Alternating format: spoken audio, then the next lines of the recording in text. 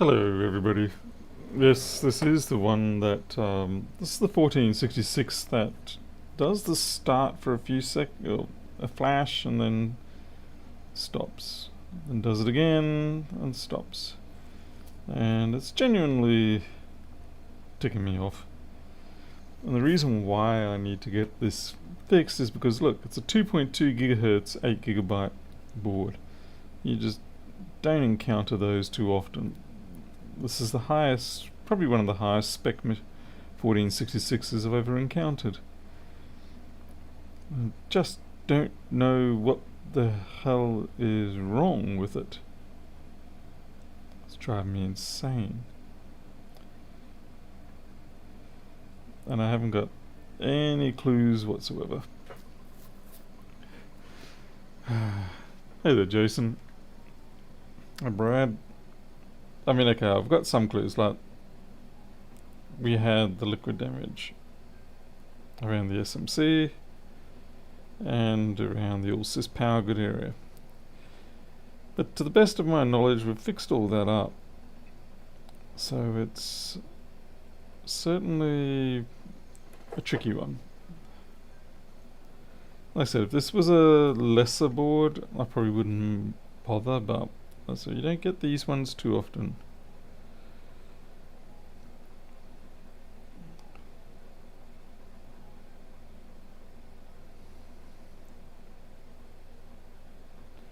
What doesn't help is that I did the great sacrifice and I put this through the ultrasonic at some point because I thought, oh, it's probably just some dregs under the SMC or something like that, but it appears it wasn't going to be that case.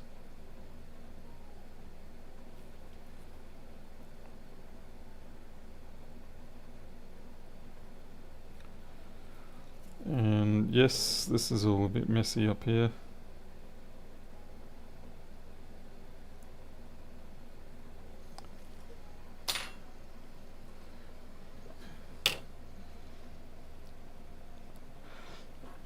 Oh, actually, I just realized I haven't actually got these reconnected, and it's interesting it has the same behavior, so maybe it is actually something to do with one of these resistors.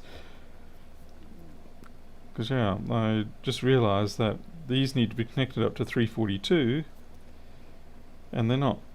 And I got the same behavior. Of course, it could be just a case of that. It doesn't matter to them. Possible. Accidental sort of discovery.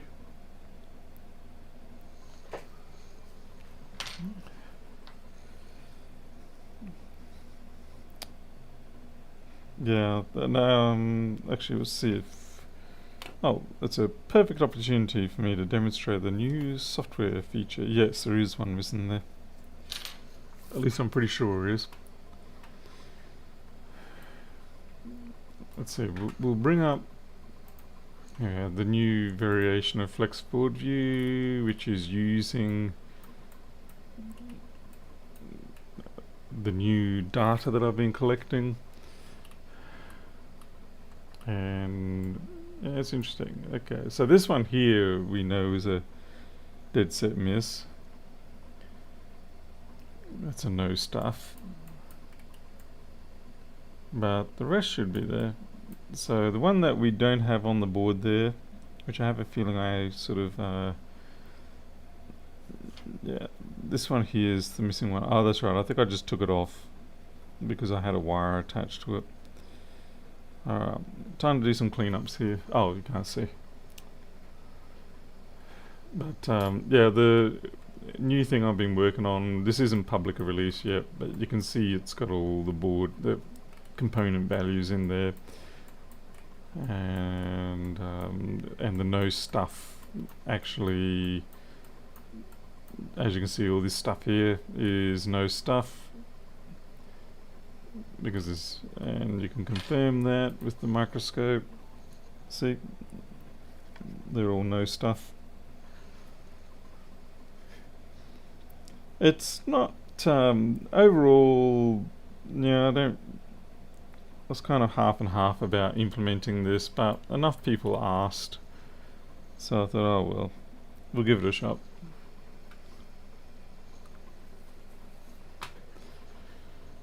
Anyway, let's get back to cleaning up this area again and re-implementing everything once more.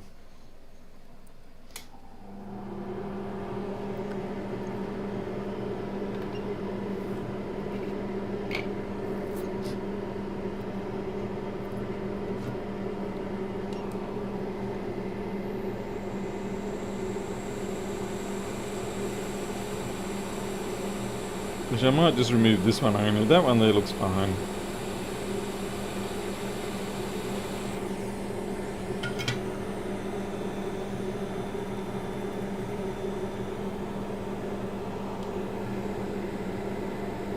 Oops.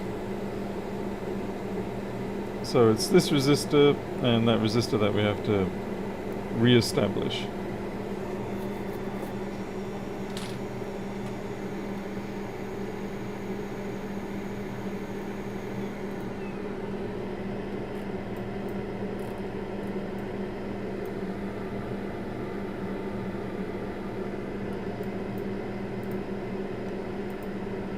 Okay, and as you can see, they both have the 342 here. So they both need to be connected, and I can go to those far capacitors there, or over there, or up to here. Yeah, there's a few different options where I can run those wires.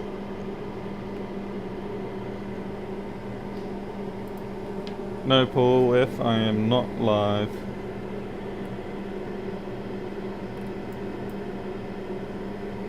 So this one here, that one there's 100k, that one there's 10k.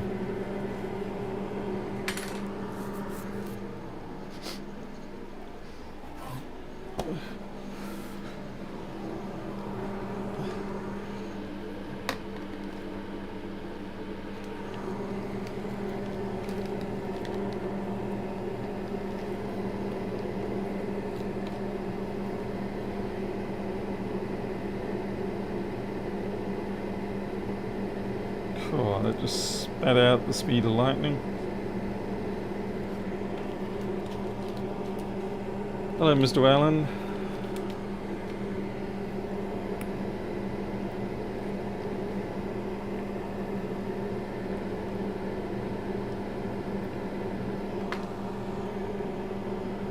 Artin. What I'm actually worried about is that there may have been damage done down in the via. What I'm going to do here is actually mount the resistors. I think I might be able to mount the resistors backwards relative to what they normally are. Can I?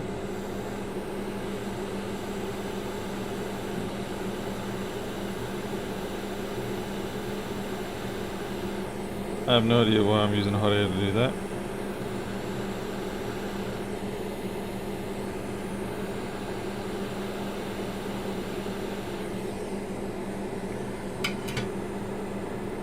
And let's see, this one up here is a 10k.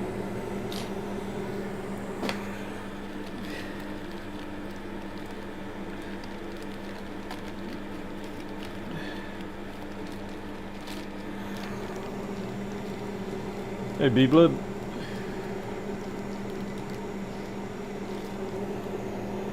Yeah, sorry, Jason. Didn't see that. Of course, the thing is, it is just, I shouldn't say just, but it is just 342 that's feeding into them. And 342 doesn't seem to be unnaturally going anywhere else, but we'll see.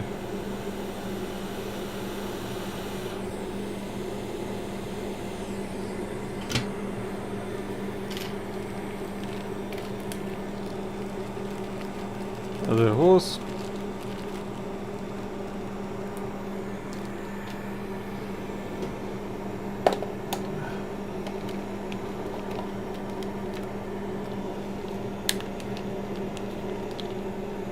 So grab ourselves a piece of Litz wire.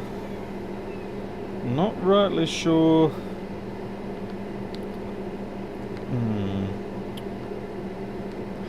I'm definitely getting 342 on these. I don't know why it's routed this way, where you can see that the trace goes there to there, and then it's intriguing to me, but I don't know why they've done that. You would have thought maybe they'd just bridge all three, but apparently not. Or I can go up to here for 342, but I think what I'll do is, because I have turned these around, I am going to take them over to here. Or actually I might scratch that trace back there and then just run them rather than sitting on the cap.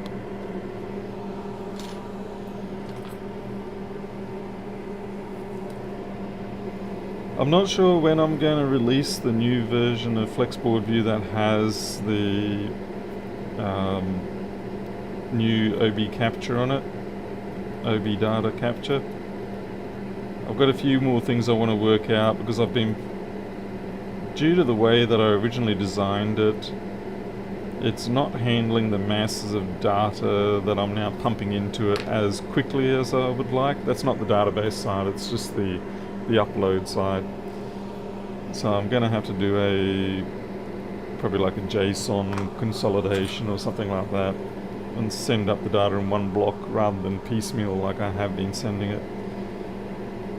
These are the sort of things that when you're initially prototyping software, you don't worry about it. You just get the stuff to work, and then once you've got it working, that's when you start working out, well, you know, we've got a performance bottleneck here, so how can we get around that, and so on and so forth. I mean, if you were a truly amazingly, impossibly brilliant developer, designer, engineer, you would foresee that.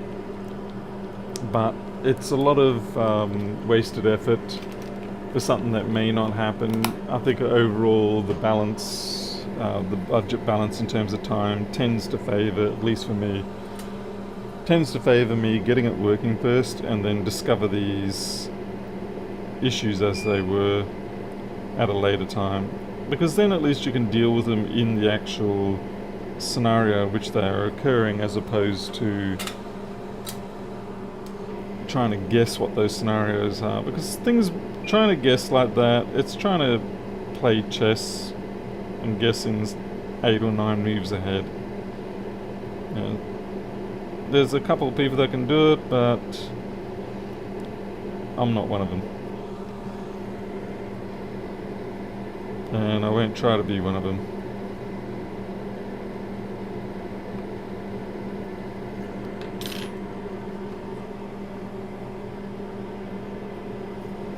Hey Miles, I was wondering where you'd been. Like I say, it's a balance. I think though overall it is important to get things running, because at least if you've got things running, then you got a real world scenario to work from. I think it's very risky when you start getting stalled in your development over possibles. I'm not saying you shouldn't think about things. I'm just saying that many times perhaps people overthink it. Depends on the scale of the project too. Some projects you can just do the iterative waterfall, whatever method you want to call it. I know they are subtly different.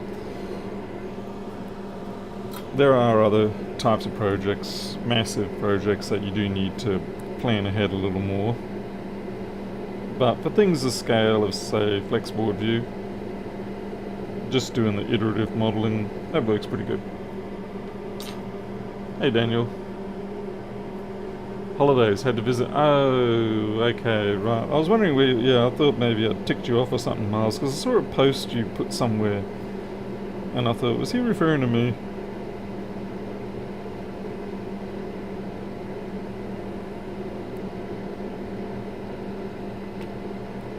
Let's see how we go with that.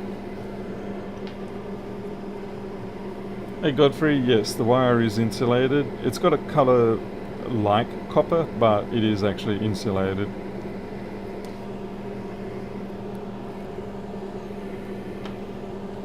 It's a special kind of wire that they use for crystal sets and things like that for the antennas.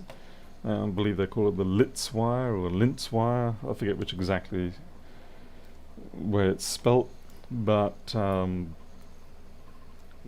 have we got?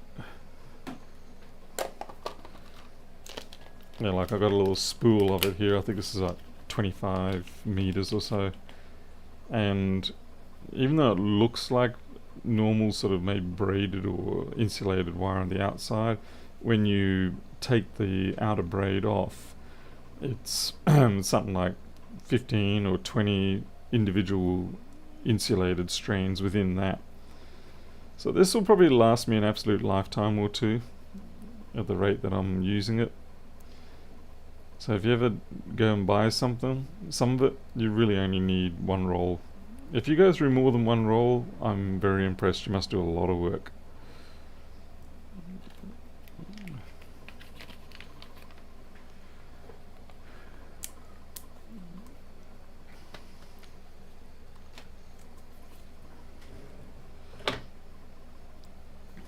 Oh, crikey, what am I doing? Right, Miles, I wasn't too sure and I wasn't trying to be too presumptuous. I thought, well, if he turns up, he turns up. If he doesn't, he doesn't. But at least we now know what the real truth was. Shit, still doing that crap. Alright. So it goes, boom, flashes up for a second and dies.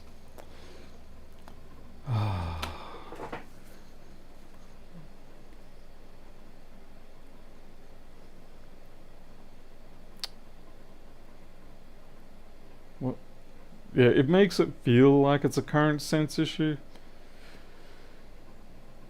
But which one? Who knows? Jason, it's called Litz wire, I'm pretty sure. Litz. And I believe I bought that spool from Czechoslovakia or somewhere like that.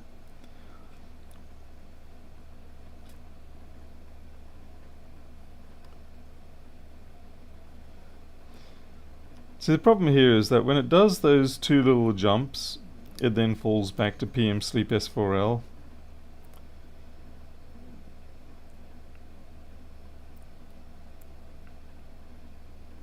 But it's not quite the same as a missing PM Sleep S4L. It's more of it's been explicitly shut down. It is Litz wire, yep. Yes, that's right, Tom George. Yeah, relies on the skin effect, which is why they keep it insulated. I know you know this, I'm just telling other people. By keeping the individual strands insulated, it prevents the skin effect being broken by cross-wire conductivity.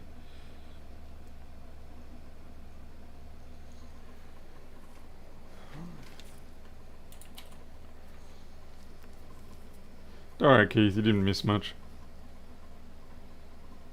Hey, James Lovelock, A1990, oh, yeah.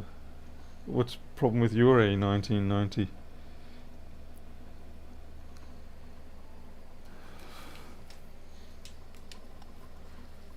What size? I don't know, whatever. Phew, I actually don't know what size I bought, Jason. Fairly thin, obviously. Maybe you can get a couple of different types.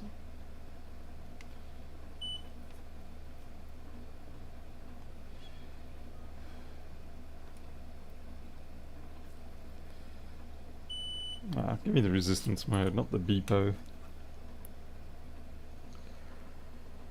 4.7, 10. God damn it. Yeah, I'm really struggling to find a blame point on this.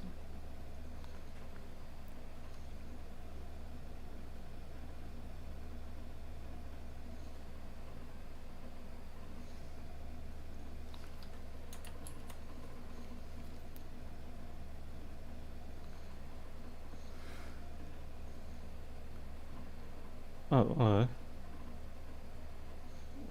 okay, I must be measuring that wrong.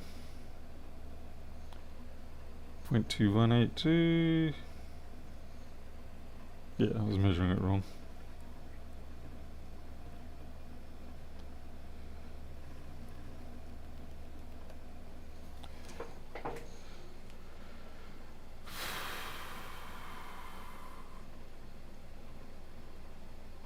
Some water came inside, took out the touch bar, replaced the top case and whatnot. No life on touch bar. Can't.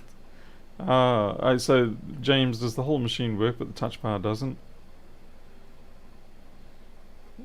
Hey Cecilia, well this is a 2.2 gigahertz 8 gigabyte RAM one, Cecilia, so this is actually a bit of a unique machine. I've already done the data recovery for it and got the person on their way, but okay, so SMC's running.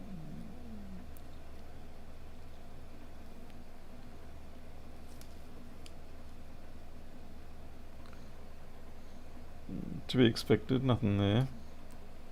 Yeah, that's good.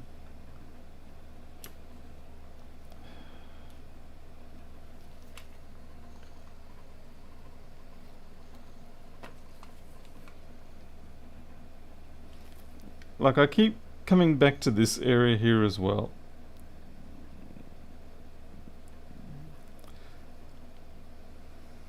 Now I know it looks pretty gnarly, but as far as I can tell, it's all intact.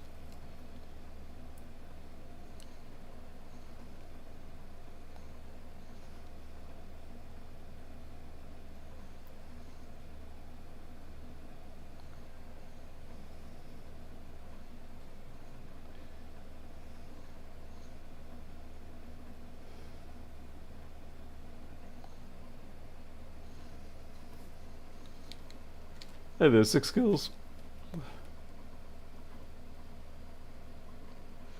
Yeah, fully functioning except touchpad. That's a toughie. And you did say you replaced the deck. I have had that situation before.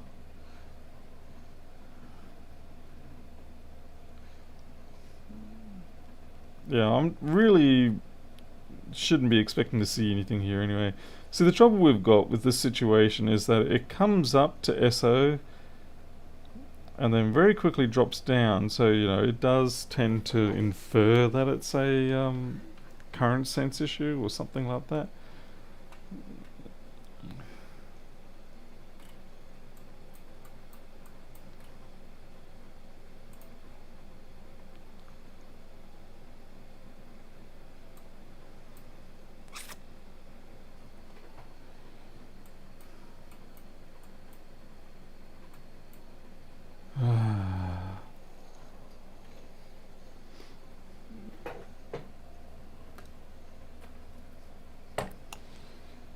Just keep feeling that because of the amount of liquid damage in there that it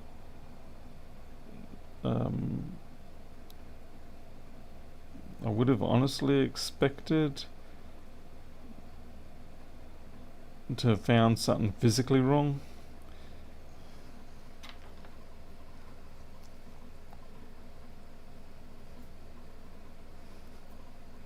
Hey Sinclair Research. Are you normally at work? Are you sick day or just a holiday? Oh look, there's our problem. That resistor is on its side. Truth be told, that's not our problem. But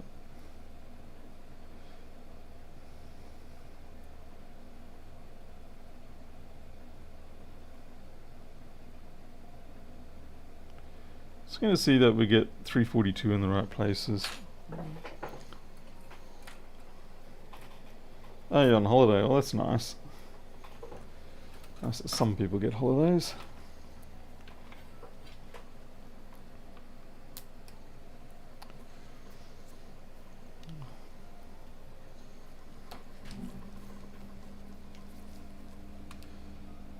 Okay. So yeah, we've got 342 there.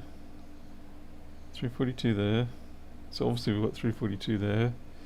So as far as I can tell, yeah, 342 is showing up in all the places I would anticipate.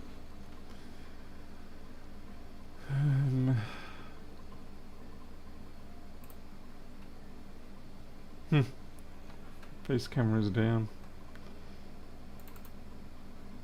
Oh well. Hey Greg.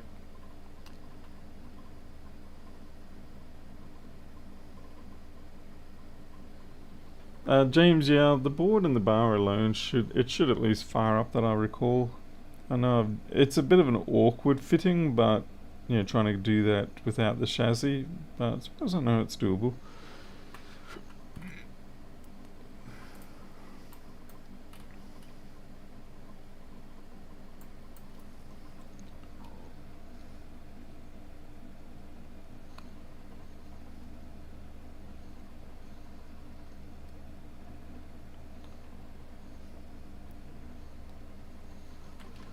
I'm just going around and checking that I've got 342 in all the places I should have 342 around the SMC. Just in case, some freak chance there's a bizarro break or something. Because like I said, we are dealing with a...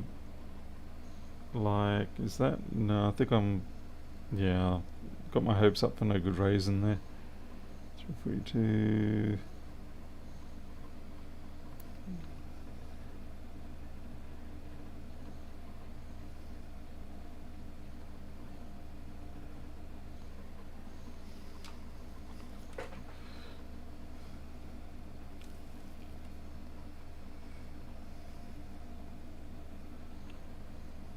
Which means all of these should be right because you can see the actual trace there that carries that 342.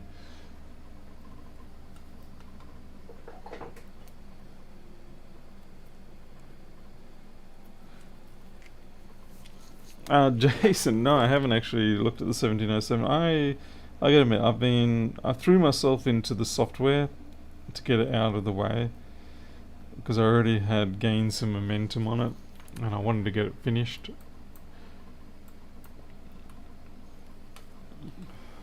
The fact that we're getting the proper PP bus makes me think that this actually should be okay. Yeah.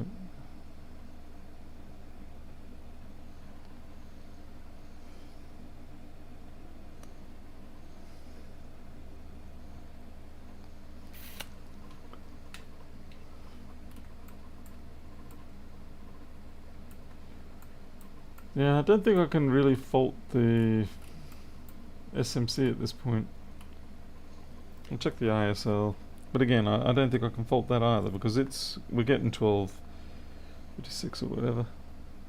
8.6 rather.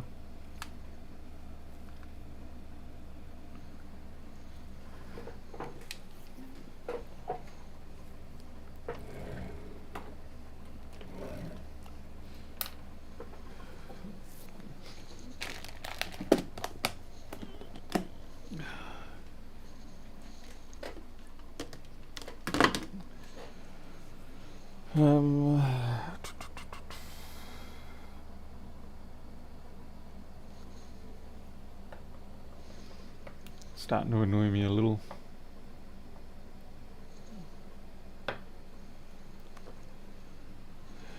Alright, let's take a 5-minute break from that. Let's try Jason 1707.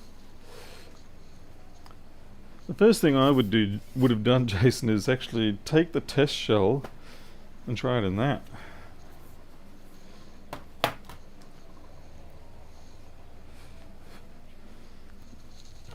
But you know what? Yeah, with all the things that you've got going on, it's no surprise. I mean, geez, I've missed a hell of a lot more than that.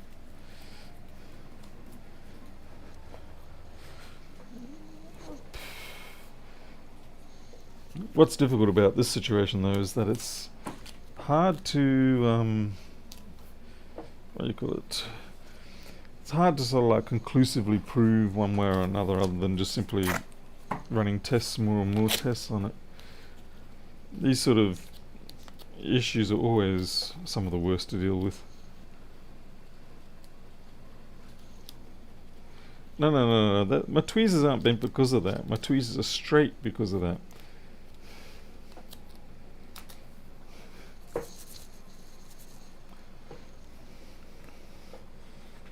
Okay, so this is a test chassis. Ow, fingernails. I do need them. The other problem I've been having is that I sort of get to this time of the night and I'm just dead exhausted.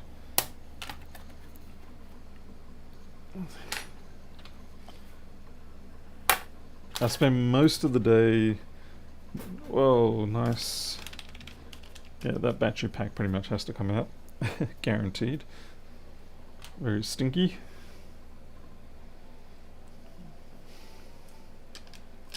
Well, that's okay. We'll inspect the trackpad. It's got a job code on it. No, Jason took the job code off it. That's okay. We'll just write on it.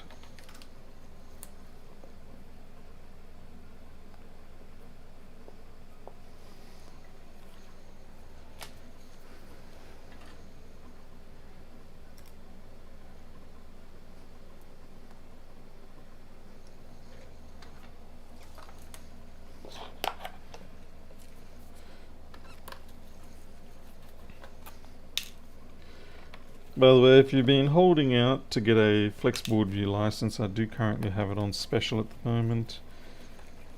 It was meant to be a special for a certain channel, a certain group on Facebook, because of some contributions that the channel person made, and so it was kind of like my way of saying, alright, well listen, since you gave me that for free, I'm going to provide for your people that are in your channel a cheaper license for now. But anyway, it's available for a little bit cheaper at the moment. Okay, I guess we'll look at the trackpad actually directly first. We'll drop it out and have a look, see what it looks like. First we'll disconnect the power pole. Yes, you have to do that. 1, 2, 3, 4, 5. Ah, blank OS. Okay, cool. Nice.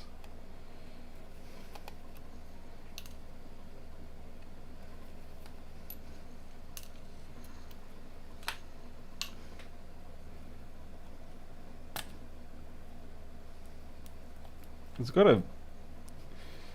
Sand is a curse on these things. It's got a pinhole through the flex already.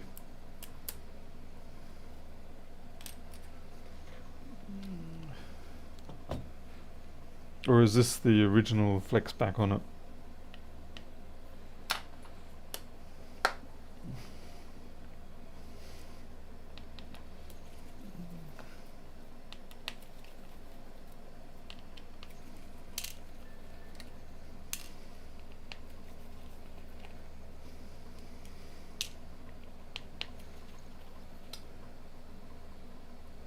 Oh yeah, the flickering screen. So, but you've replaced the screen, right? Yep.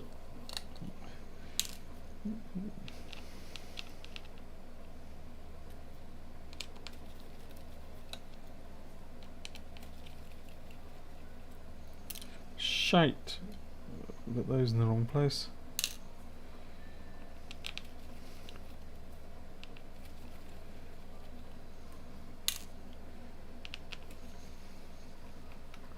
Hey Kenny, welcome.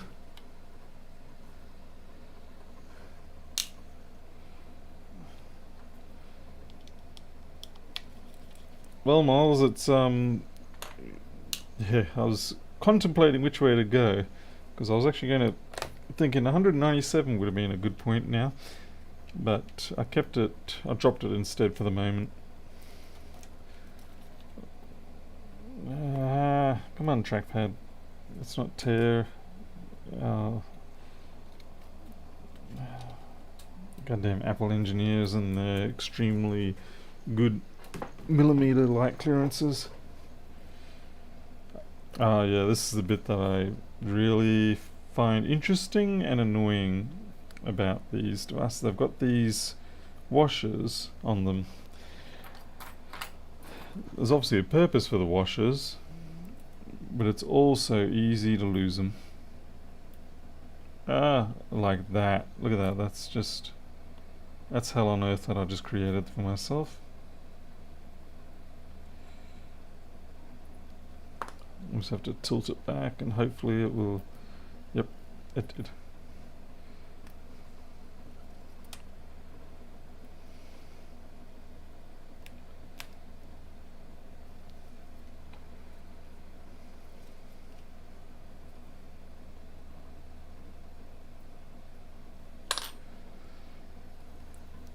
Yeah, I don't know if you can see it, but there's a punch through. Well, it's not all the way through, but there's definitely. No, it did actually show up on the other side as well, so it's not really good. We'll have a look at the trackpad though, electronics.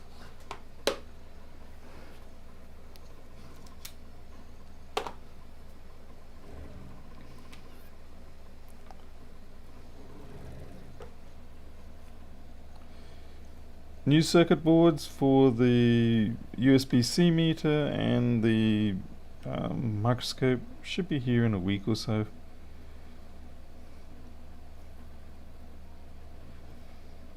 I'm particularly excited about the microscope light ones because they'll now have an integrated controller in them. It looks pretty clean here, to be honest. Yeah, they'll have an integrated controller, so I won't have to use an external power supply anymore. Of course, it could all just go up in smoke. That's very, very likely.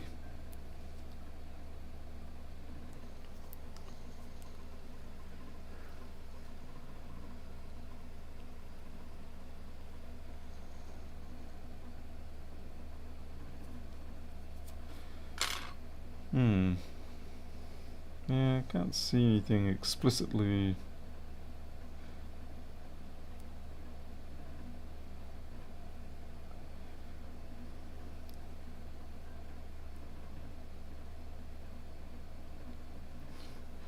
I mean, it could still be that the trackpad has issues, I don't know.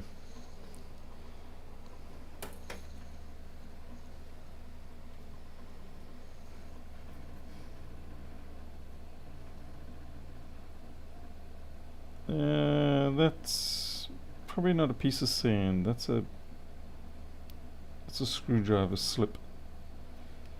You can tell by the way that it, from there, it has a slide on it.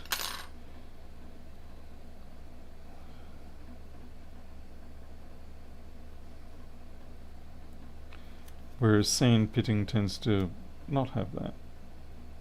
Yeah, apart from that, it's actually in pretty good condition.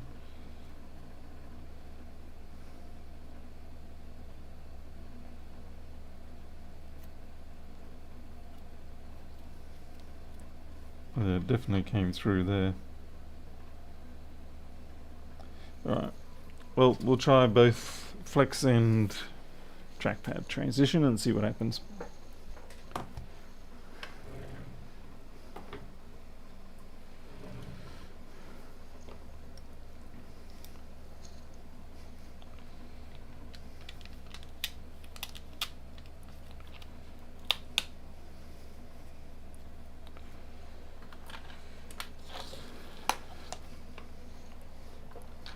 We're just going to obviously double up all the screws in that container. There's no point putting it into a separate container because obviously we're going to take out what we need, put back or whatever anyway. Yeah.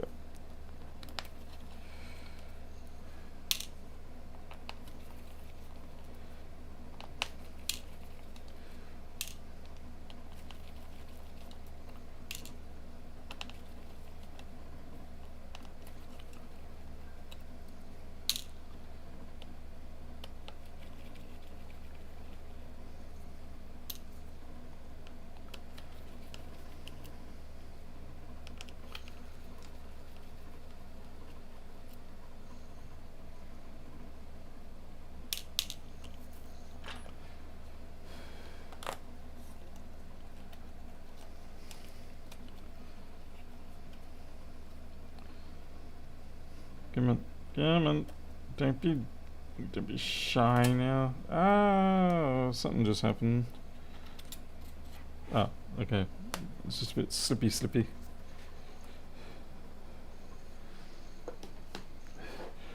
Now, so that they don't get mixed up, I will mark this immediately.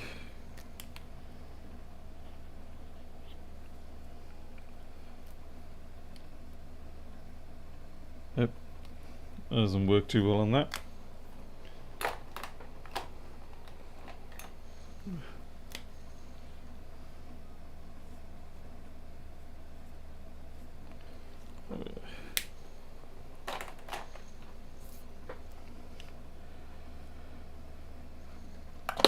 Obviously make sure this one doesn't have any issues on it.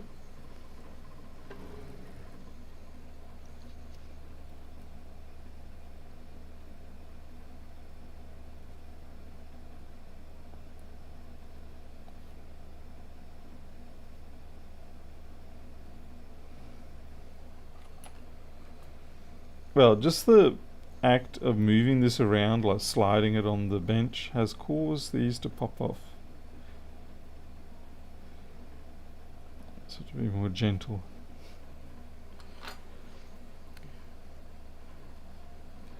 Like I said, I'm not really sure what the purpose of the washers are. I don't know whether it's.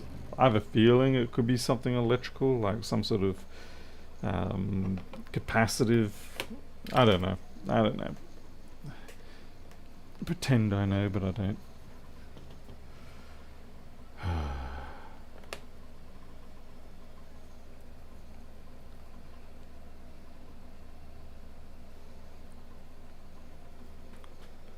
It's still entirely possible that this whole fault is actually something else still on the logic board and nothing to do with the trackpad at all. That would be so typical.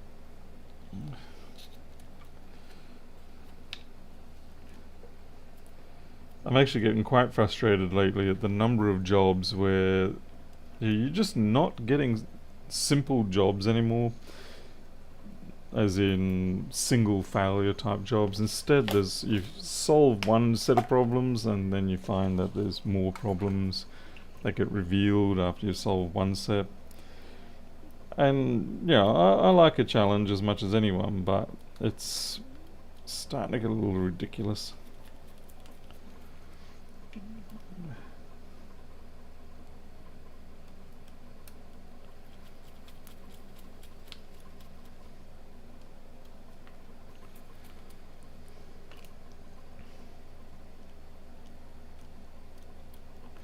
I think even a leader is starting to dread when I come out of the workshop.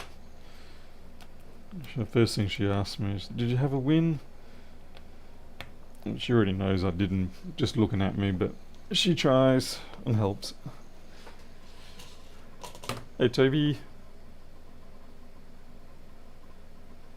Rob, I still got a washer out of place? Oh, come on, man. You serious? Really?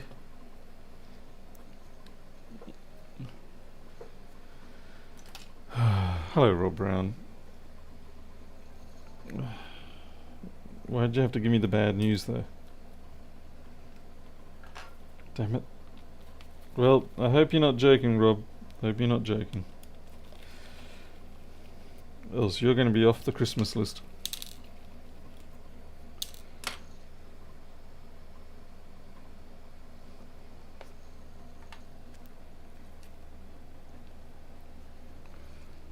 Oh, crikey.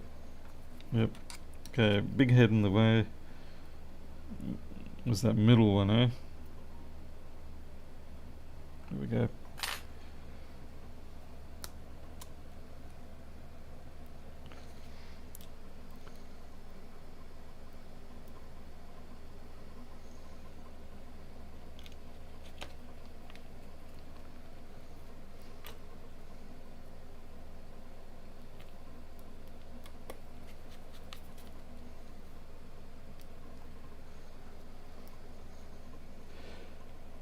The problem here, Greg, is that the machine does work, it just works slow.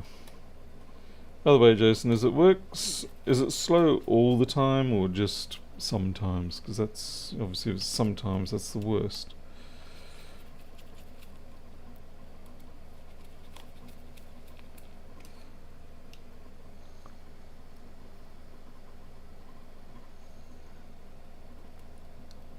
Jason, full bottle of gin. You could use that for. You know what? I don't know.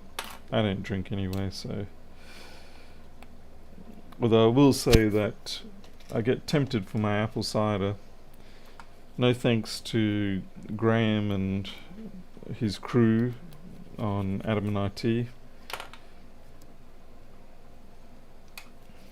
I'm more than happy to have a non-alcoholic one. I just want that crisp, appley fizz.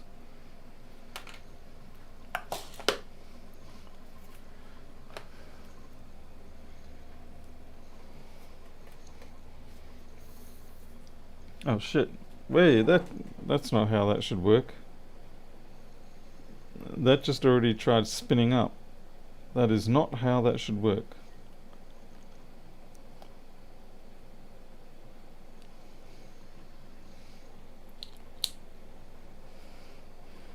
Makes me feel like something's weird. No, Miles, seriously, cider's my thing.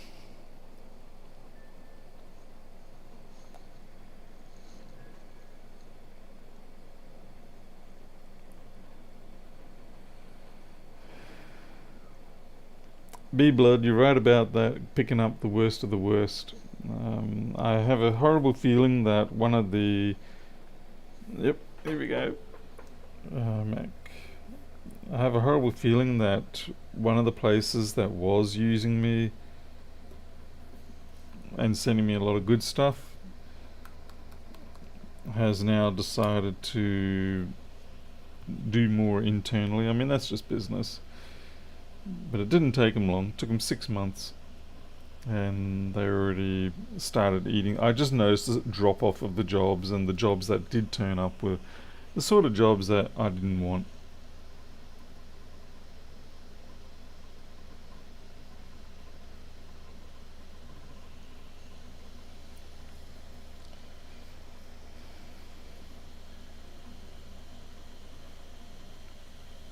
Yeah, it does feel kind of laggy, doesn't it?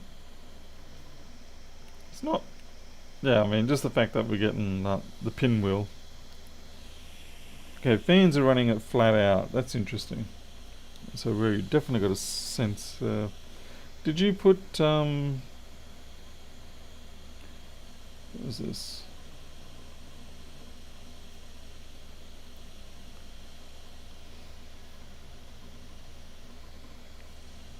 Why does everything feel wrong here?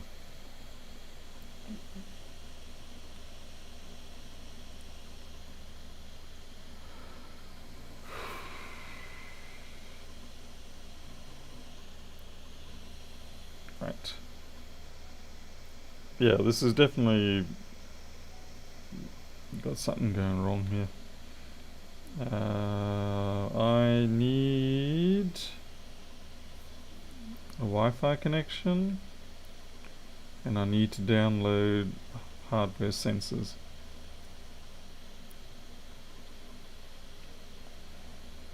Well, Jason, at least you know it's probably not the trackpad. Not to say it's not the keyboard, though.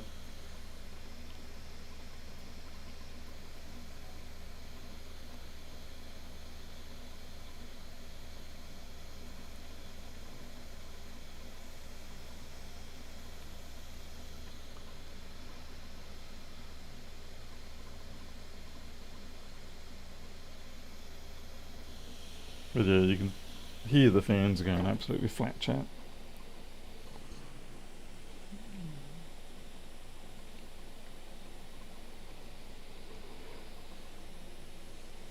Oh, crikey.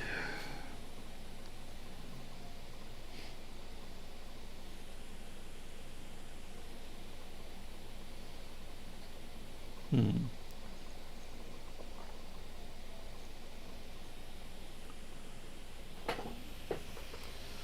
No, not that. A software loop could if it was using lots of CPU, but not that quickly.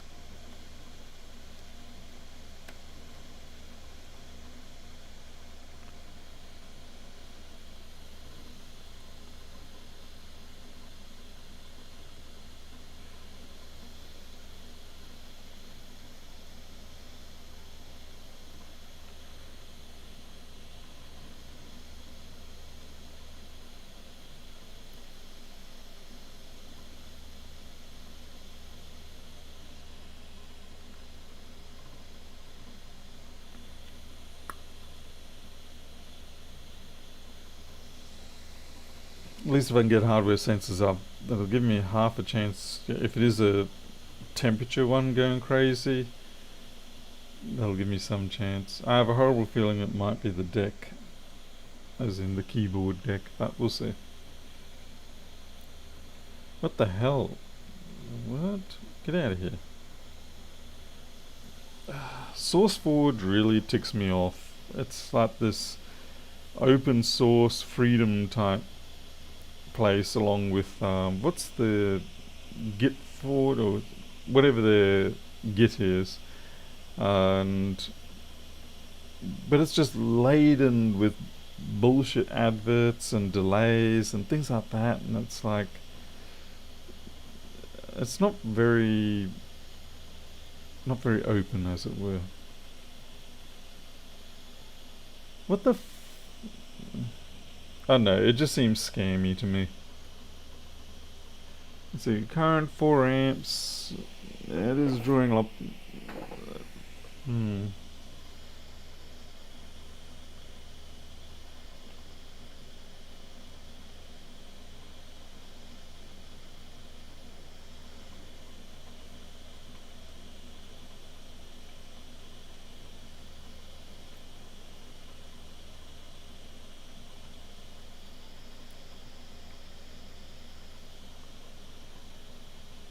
Thank you for the 800 Japanese yen. Thank you very much.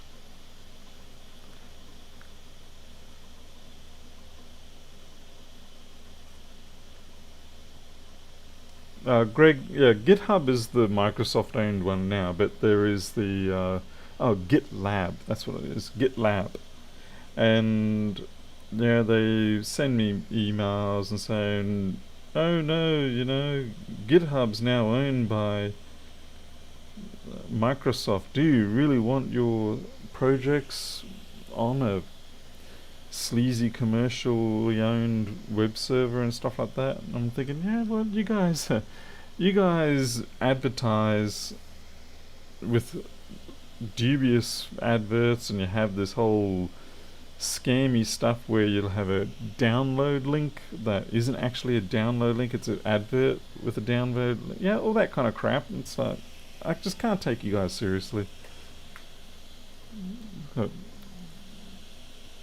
Pot meat kettle, basically. What the hell is going on here? It's not launching that package. Did you get to fix the one? Nope, I haven't. I replaced the Thunderbolt chip and everything, and I replaced the CD3215s, and it's just got worse, actually. Thanks for reminding me I had another failure in my queue. Thank you very much to Dumrez.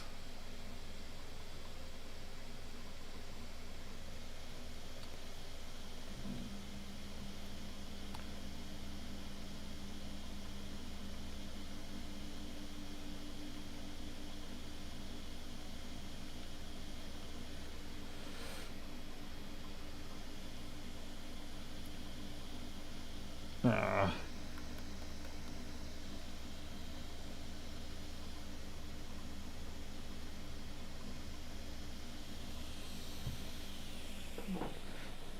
But I am getting to the point now where, particularly pre-worked machines that are coming from this other place, I'm either going to reject them, or they're going to have a higher cost on the no-fix jobs, because they're now sending them to me as a sort of a second opinion failure. Like, is this really dead?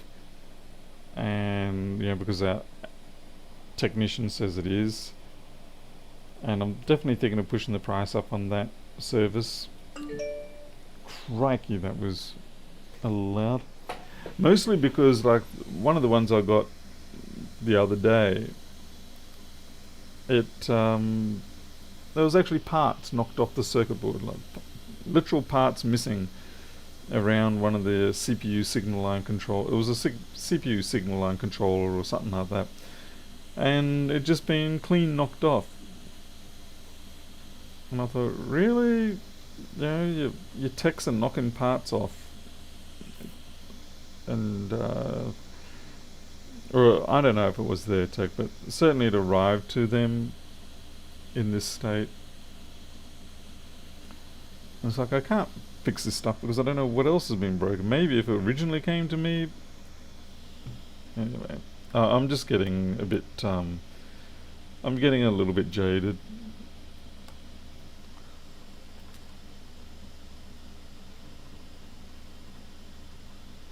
Yeah, Daniel. I guess hope eternal and all that sort of crap. I guess I sort of try to be a good service provider and see if I can. I mean, there have been a few where I've fixed them after the damage is done by another tech, but that percentage seems to be getting substantially less.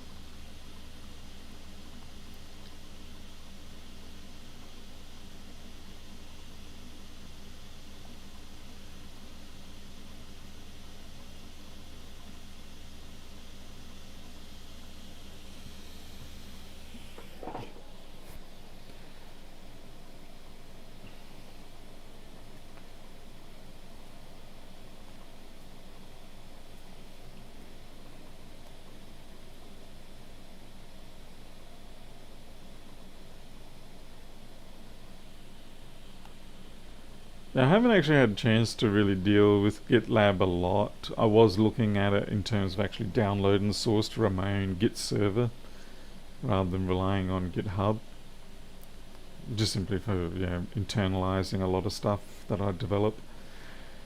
But certainly SourceForge is I've never been impressed with SourceForge. It basically just felt like a supposedly open source 2cows or something. I don't know.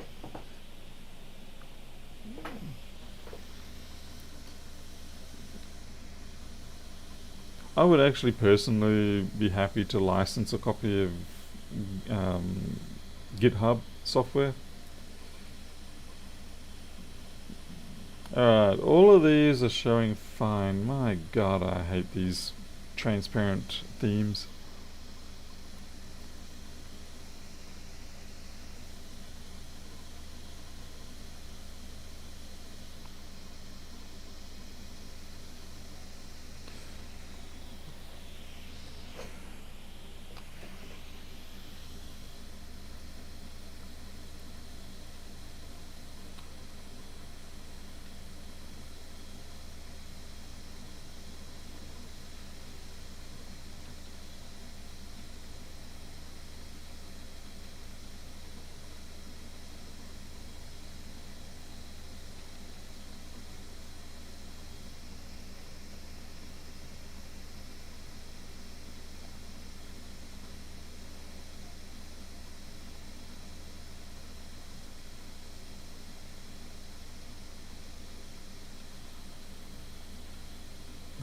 For some reason, it insists on being transparent. That's very unfortunate. Needs to say, none of those seem to be, other than the fans running crazy, none of them seem to actually have any problems. So, if it is a sensor problem, I'm not sure which one it is. Yeah, everything's in the 30s. Although, to be fair, nothing's really shifting.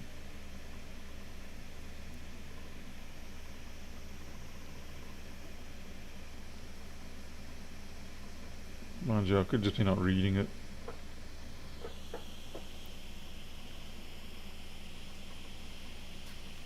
Hey there, Eric.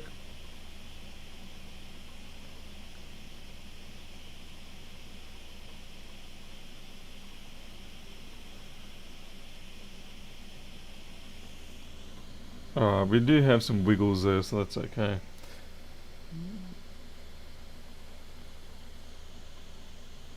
That 3-4 amps is kind of curious. I don't know where that power is going. I don't know where that 6070. It sure as hell is not going into the CPU. I can tell you that much right now. I think the battery pack's problematic here. Jason, I think the battery pack's the problem.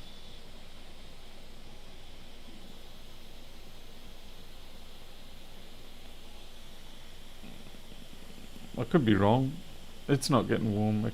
This is where you start to wonder about things.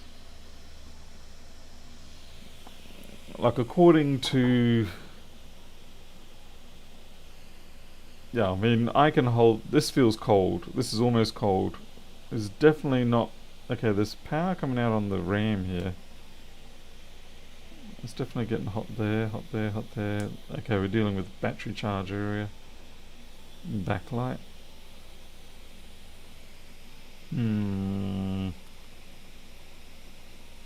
Alright, we're going to disconnect the battery and see if that changes anything for us in terms of performance. I mean, obviously, if it does boot and run, it's going to run a bit slower. But still, would the battery make the fans go crazy?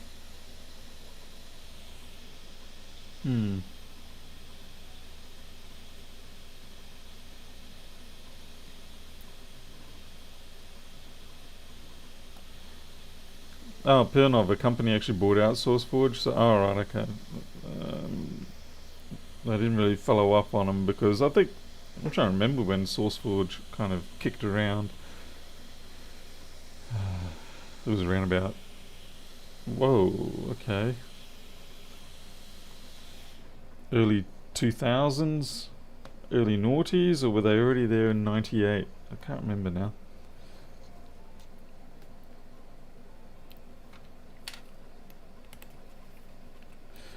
Needs to say, yeah, SourceForge never really, yeah, they've just stayed as a more like a host for the Parasite adverts. I do not have another one of these batteries on hand, no. Anyway, we're going to plug in, see if this goes anywhere.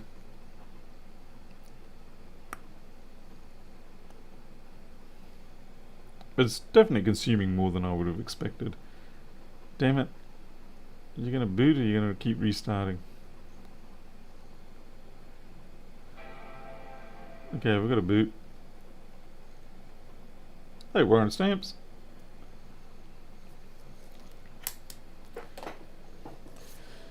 Because before SourceForge, I think a lot of us got our information on what's new and exciting through a place called Fresh Meat. Terrible name, but it was a popular site for all the latest open source stuff. That Fresh Meat plus Slashdot were sort of your staple diet every day.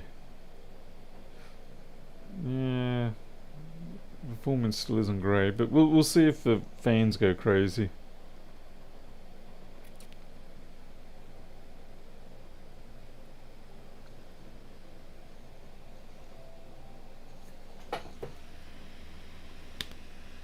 Yeah, fans are still going crazy, but then that could be because of the fact that the battery. Oh, for fuck's sake! Ah.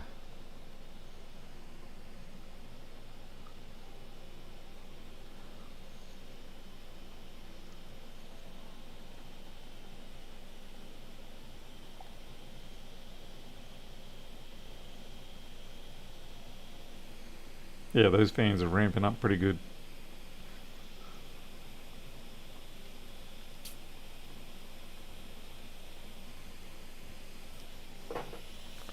So it's not that specifically, but it could be just the fact that it doesn't feel like it has a good battery. So even though the battery in the other machine is puffy as, I think we'll try put the logic board in there and see if things change or not.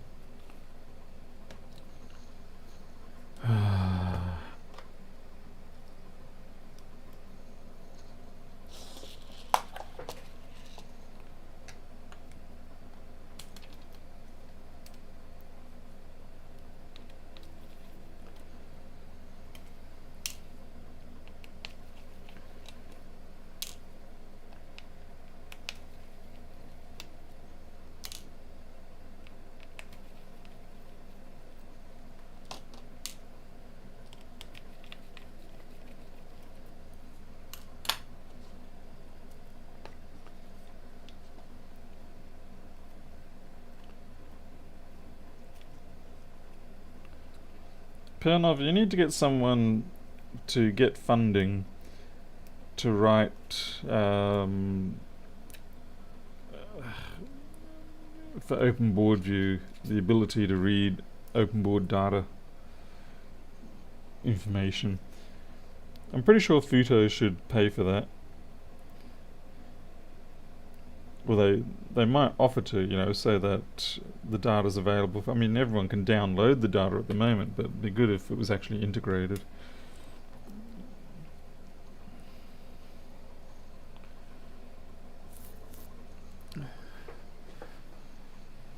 Even if it's just on a read-only capability at this point.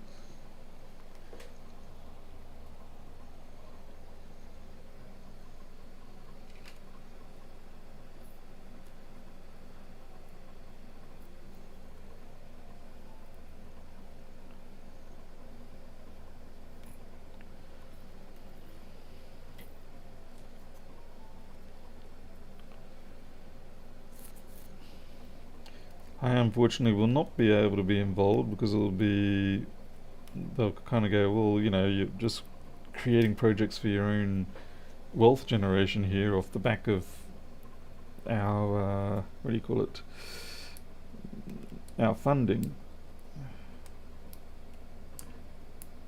I have mentioned it a few times to Lewis that someone needs to write one. You can already see if you just go onto the website, you can see what the protocol is for just requesting the file.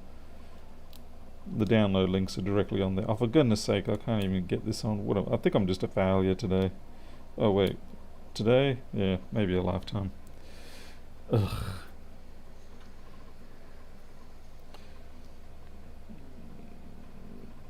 I'm sure there's someone out there who would be more than happy to write something.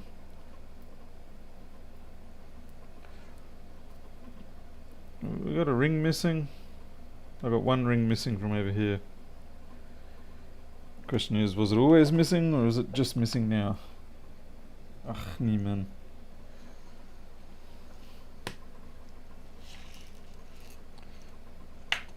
Well, I'll take one from mine.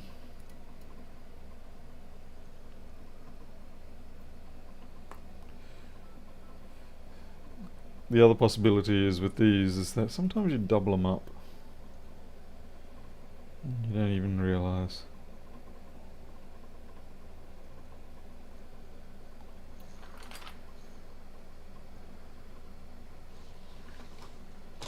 Jason, I like that mindset. More to cuddle, I agree.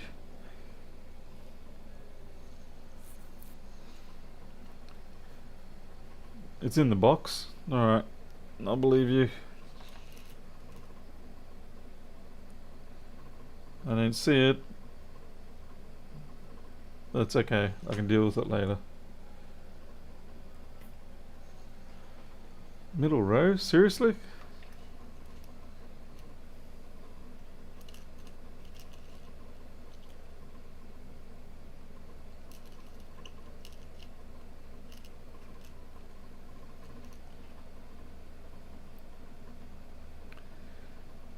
Well, if it is in there, I'll find it later.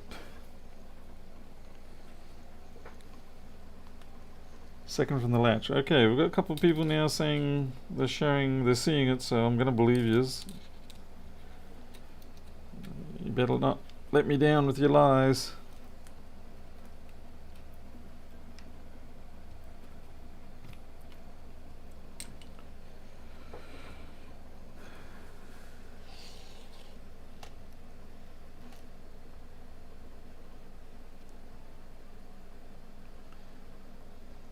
You're not looking at the battery one, are you?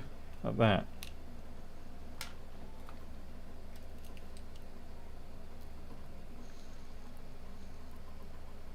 Damn it, it's the battery screw.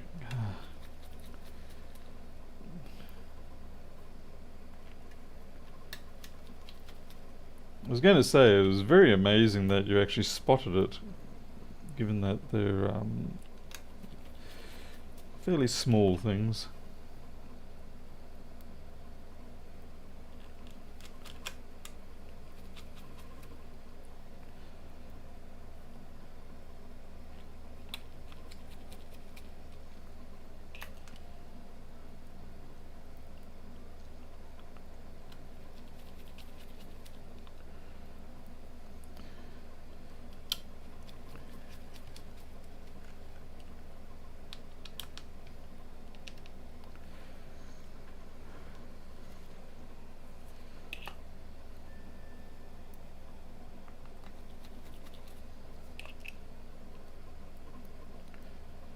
I guess we'll take this logic board out and we'll have a good look at it, because it's entirely possible that I completely effed up something.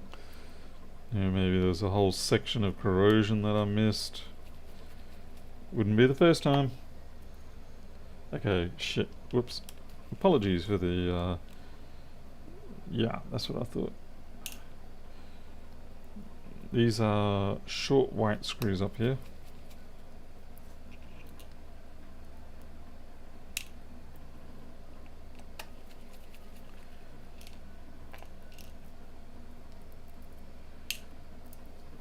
Weird, I'm feeling a little bit hot and fluey-ish. Yep.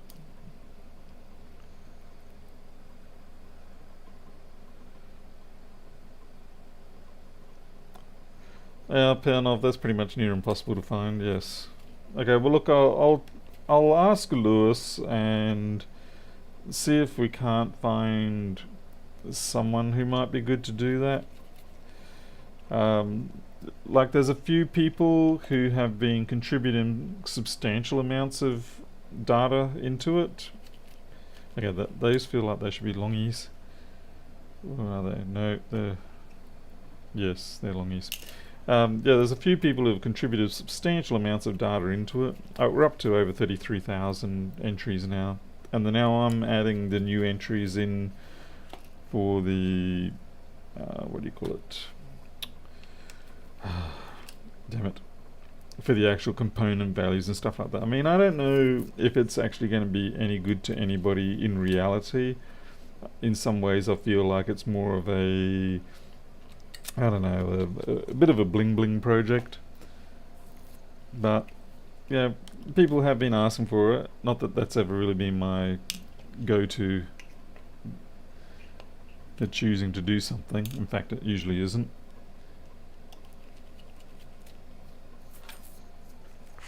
We'll see how we go. Time is very difficult, and yes, you're right, money doesn't solve that lack of time problem. Just sort of what I'm encountering a bit here.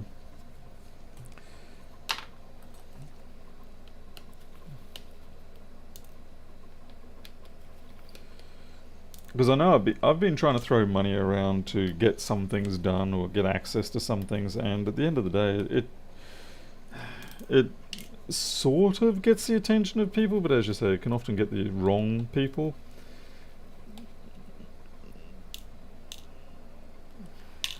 But as soon as you actually start getting serious with the proposal, then they just sort of they ghost you. They're like, no, we're out of here.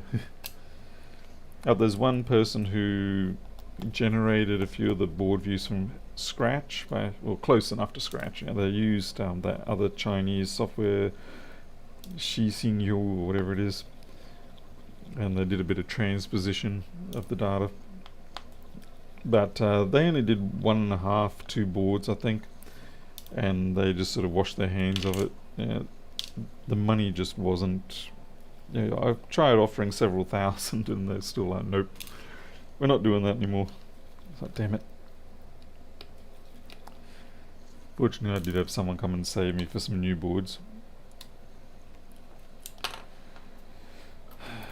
iPhones, Samsungs, iPads, they're the things that I'm really struggling to get new stuff on. I've got most of the iPhones, but there's a couple of files, those couple of files that I picked up, I still haven't had a chance to properly work them.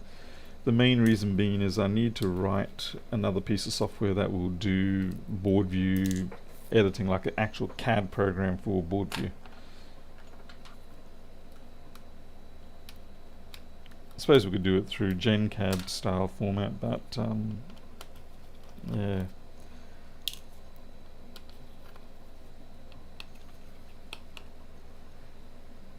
As you can buy more helping hands, which really, yeah. I mean, I agree, paid helping hands, particularly with the lure of quick, easy money, generally doesn't pan out so well. Not that you get a lot of other options. I keep asking, and every now and then I do get a win.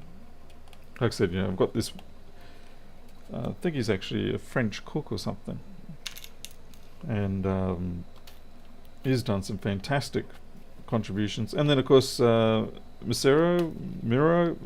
god damn it, I got to learn to pronounce his name properly. But the chap who did the SMC boot stick that I asked for, yeah, that's a rare example of things going really well. I'm very glad that did work out. But I believe we're still trying to, well, I shouldn't say we, because I'm not involved in it at all, I'm being a consumer of it. Still trying to work on the 3332 SMC file. Apparently there's some quirkiness with it. I don't know. I don't know what the problem is or anything like that, but hopefully it will get solved. Mureto, yeah.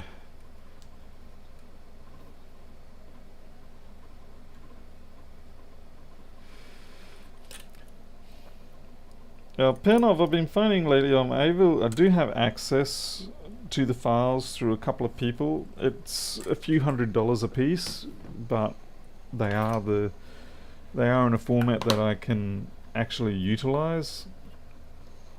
Because yeah, I'd say the ones you're talking about, the downloadable files, they're probably encrypted.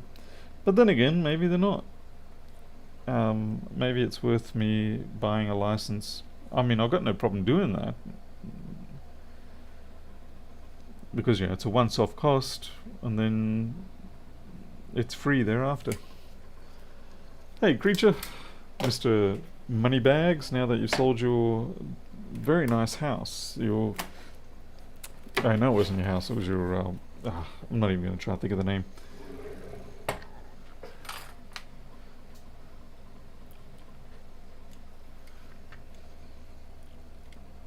Okay, so we've still got that corrosion there. Why didn't I ultrasonic this? Questions seem to be building up here. Okay, why the hell didn't I ultrasonic clean this? What reason is there for me to have not ultrasonic this, Jason? How did that happen? Was I under duress? That should have been ultrasonicked. That's inexcusable.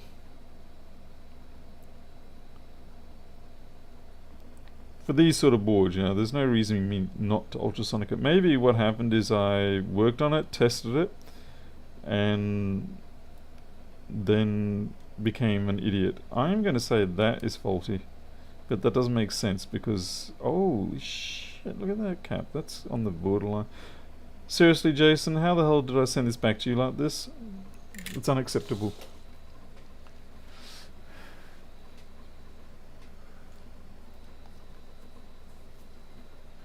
Yeah, Alpianov, I've noticed that yeah, the English side of the world is kind of being given the closed door treatment when it comes to those board files, which is a big reason why I'm actually learning my Chinese at the moment. I figure if I can at least approach people. Now this is a clusterfuck. Sorry, Jason. It's a clusterfuck. There's no way this... I think what happened is I got it booted and something must have come up and distracted me, and I just slapped it back together to send back to you, because no way I should have normally sent this back to you like that.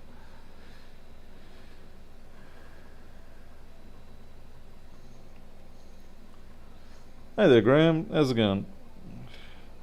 I'm just admiring my shitty work here that I should not have sent back to a customer.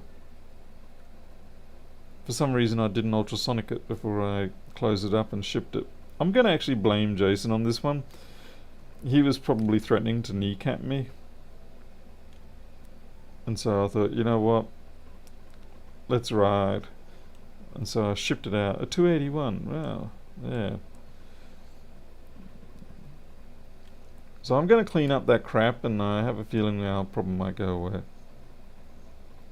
Now that's just effing awful. With the love of cats. Now that's no. Something really must have gone wrong for this to go out like this. I'm sorry about this, Jason. I do apologise.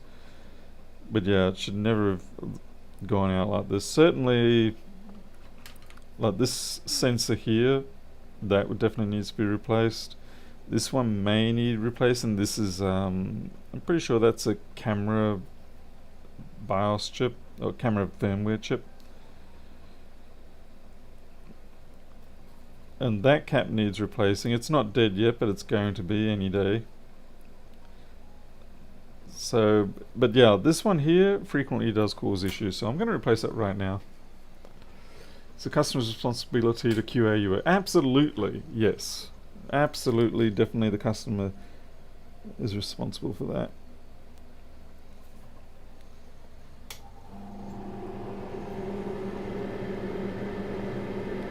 Graham, I still haven't mounted that 120 watt LED lamp. It's just ridiculous. I cannot, I don't have, yeah, I'm scared to let that thing run.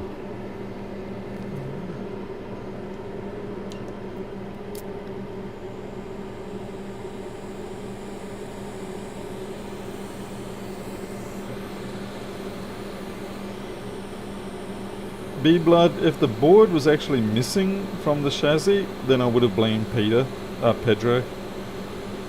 Yeah, if the board was missing, that definitely would have been Pedro's fault.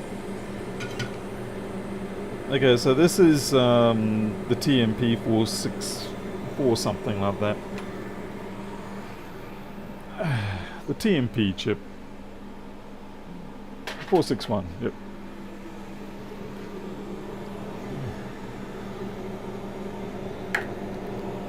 Graham, it's full or nothing.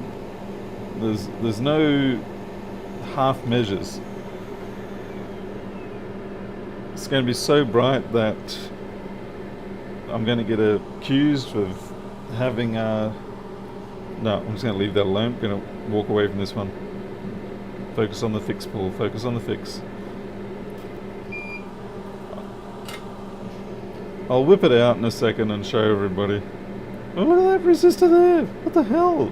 This is definitely must have been a case of I got it running and then something came up, I put it aside and I didn't finish the job. This is definitely not a finished job in any way, shape or form. Okay, 99% sure pin 1 is that way.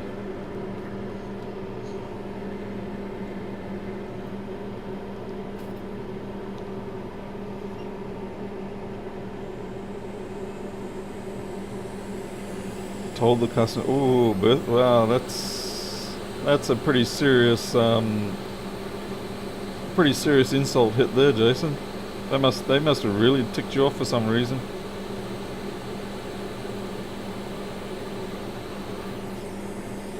That is not sitting down properly. What the hell's going on around here? Stick some more solder on those pads. 120 watt preheater. Yeah. Let me just get it on with this. Okay. Fluff the pads up a little more. Let's try it again.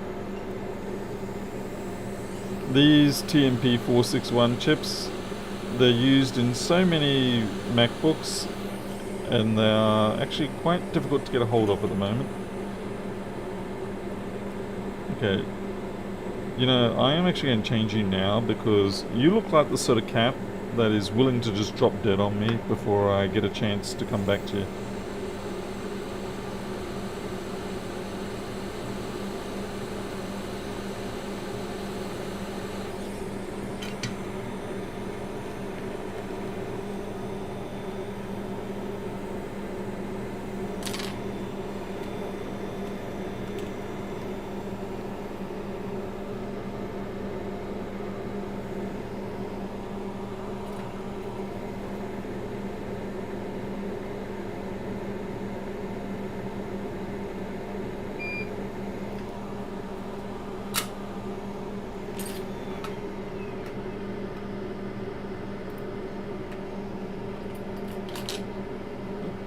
Sod off, Pedro.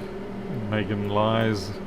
By the way, Graham, I'm upgrading Flex Board View with a new feature, though it's really too cluttered at the moment, but you'll notice that it now shows part numbers and stuff like that, part values, and it also has, it knows stuffs things. So like if the part isn't actually meant to be on the board, it will show you the pads there and the information about it, but it leaves it blank, as it were, and all the chip bits, stuff like that. It is making it a bit cluttered though. I'm going to have to tweak it a little bit. Most of the clutter is mostly coming from the open board data settings. Program. Drop the voltage. It kind of helps if I only do the voltage, the diode mode. I mean, if you hover over it, you still will get both of them, but anyway. But yeah, unfortunately all this data I still have to actually manually be putting it in. But it's, it's like I said, it's a bit of a bling bling thing. Some people want it, some people feel like it saves them a lot of trouble. Anyway, I've got to get a 281 board here. There we go, 281.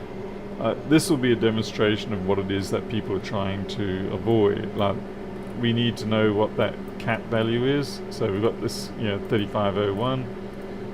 We go search, and it's a 2.225. What size is that? 402. Of course it's a 402.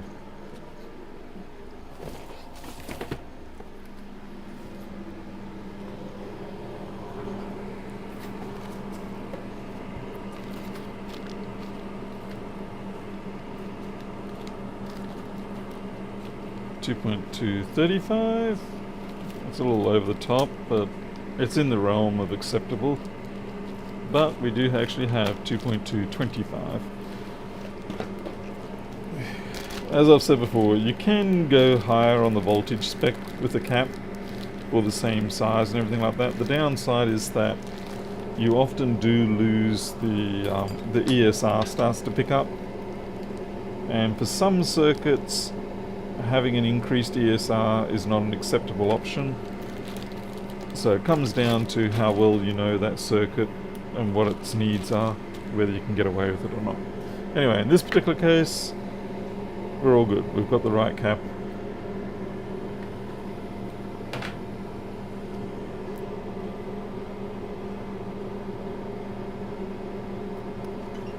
Yeah, Graham, I've got the various on-off options in the settings.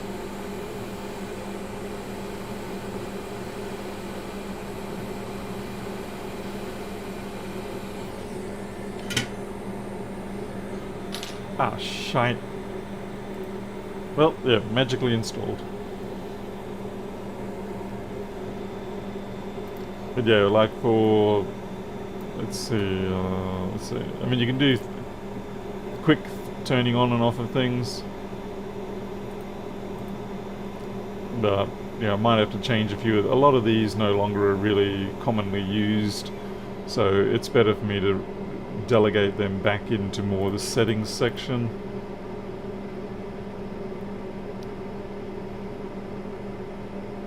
Anyway, all a bit of organisation and stuff like that, so we'll get around to it. I will make everything I can possibly, exposed so the user can adjust it. Good God, this is terrible. Oh man. This probably isn't even in the board that I sent Jason. He probably swapped it with a dodgy one just to make me look bad. Alright, let's put this back in and see if it actually runs any better.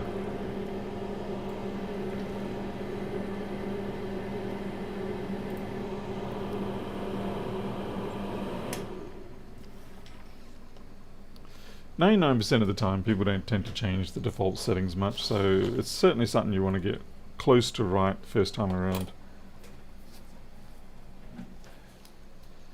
Okay, so let's see, Jason's was the one without the puffy battery.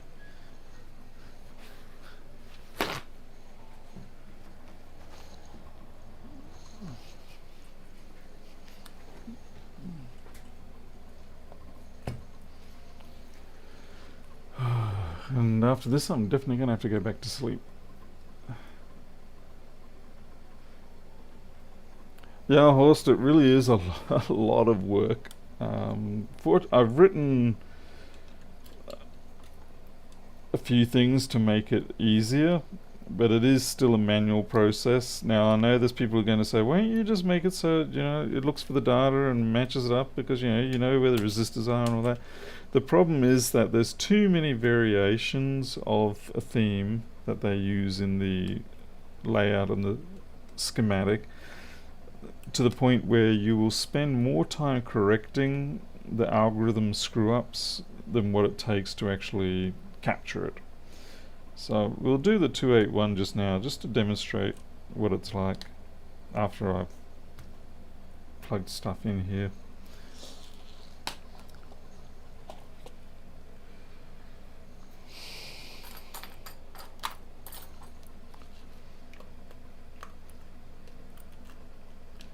And there's different strategies you have to employ, but once you get into the rhythm of it, it's not too bad.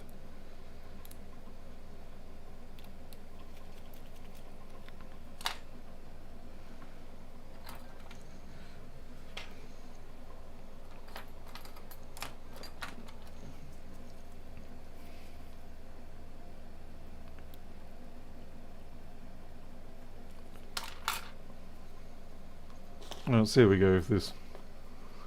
Hey, Yamara. You shouldn't be up at this hour, so are you okay? Are you unwell? You not... Okay, this thing's auto-starting again. I do not like that it's auto-starting. That tells me that something else is wrong. Insomnia is itchy. Okay. I'm pretty sure these should not auto-start.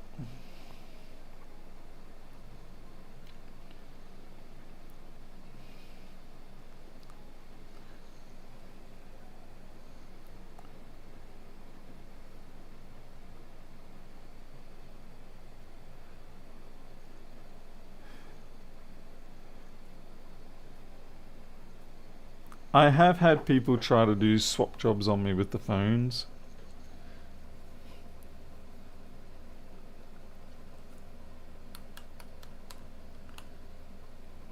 Oops, that's not correct. Okay,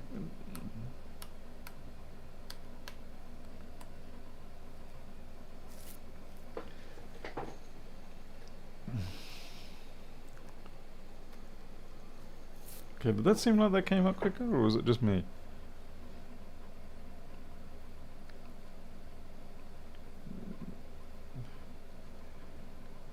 Obviously, I'm joking, Jason, with regards to you swapping it. But I'm just sort of trying to embrace a bit of Americanism in me, which I don't have, and try and find anyone else but myself to blame.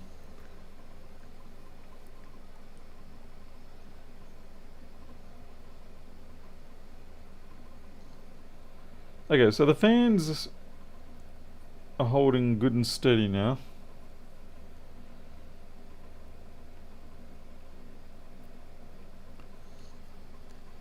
So I guess we'll see. May have solved it. May have. Not trusting it until another day or two on the bench.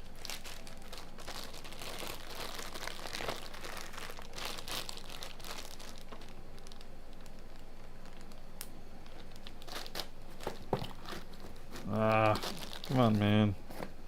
Right, that one's closed up.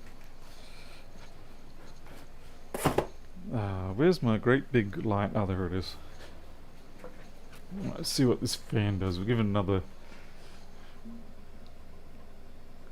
Yeah, the fans are definitely holding... Like, by now, those fans would have been screaming at about 5,000 RPM, so I think that was it.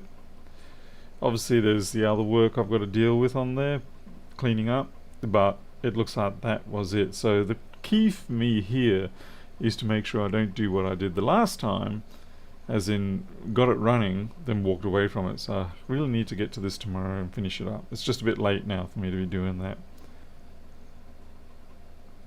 Yeah, that's definitely 100 times better now. Yeah, it's responding quickly. There's no pinwheel activity going on.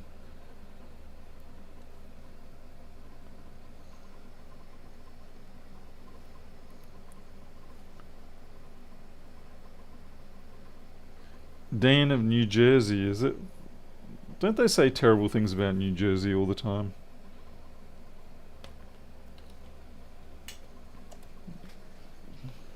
Isn't New Jersey like the punching bag of the rest of America? I don't know. I mean, I'm asking. It's just I remember I based that on the fact that Futurama had an episode where they were trying to find a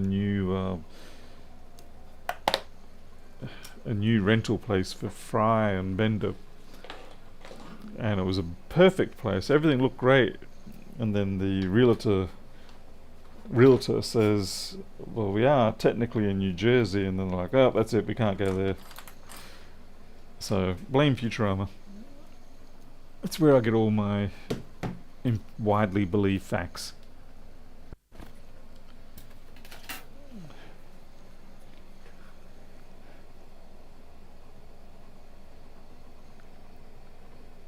Oops. Crotch cam. Okay, here we go. Now this is the light that I got. It's actually going to be quite a... I can't even zoom out any further. Oh well. It comes in this whopping great big bag.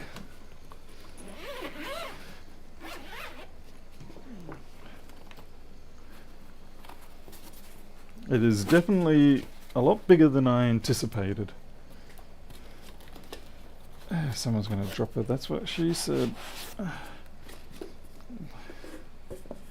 thought this was pretty cool. They actually have like a insert to stop you accidentally crushing your colaminator, whatever. Yeah. So this is it here. I swear, if I shine that into the camera right now, it would kill it.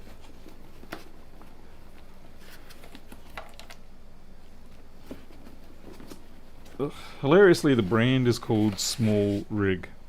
It's like, okay, there's not a lot small about this particular light. I mean, I suppose compared to some lights, but it's still flippin' big.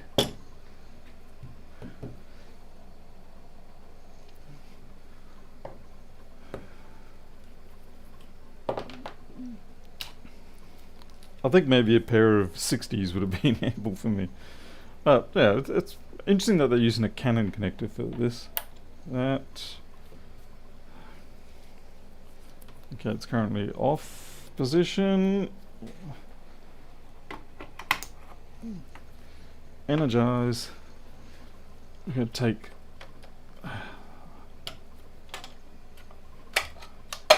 take that off. Let's see if we can light up the world. Nothing? Oh, there we go. That is at 50% brightness. Let's see if we can crank it up. Yeah, let's see. No. No, 59, 60, 70, 80, no, 100% brightness. Okay, reflecting off the roof at 100% brightness here. I'm actually impressed. The camera holds out pretty good on this. So if I ideally want to sort of place it around about here. Man, that is bright. And that's without the concentrator or colaminator or whatever you want to call it. That's actually pretty good. If I put that reflector on it, it does tend to create faceted light. I think I might really have to go up to the ceiling for this one. But that's nice. Let's see. I can feel the heat though. God damn, that's bright. Thank God for automatic.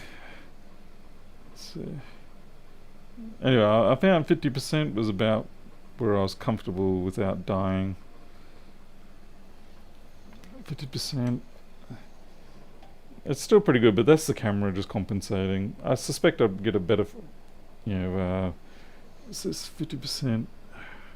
Shadows are going to be a real problem for me. Oh well, let's see how we go. Turn off.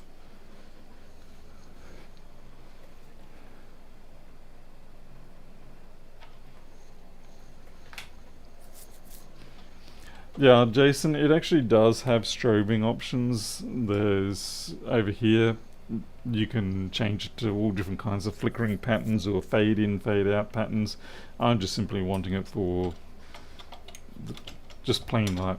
It's got a whopping great big CPU cooler in there. It does have a fan in there. That's probably going to get used pretty hard during the summer. But yeah, so I bought this with the Amazon, what do you call it, affiliates money, because I can't really do much else with it. Yeah, it's I'm kind of wondering whether I should actually got two, and then I can angle them in rather than being directly overhead, and that way I can cancel my shadows out. I can get another one from the UK using the UK affiliates money, but it will only be a 100 watt one. But that's okay, we can compensate by tuning them. Should buy a softbox. Well, I could buy a softbox, or I could just simply leave it without the reflector on it. Or I can just point it to the ceiling. The only trouble is the ceiling really isn't that good in here, so... And a softbox is a little bit... takes up too much space in the room. I don't have a lot of room in here.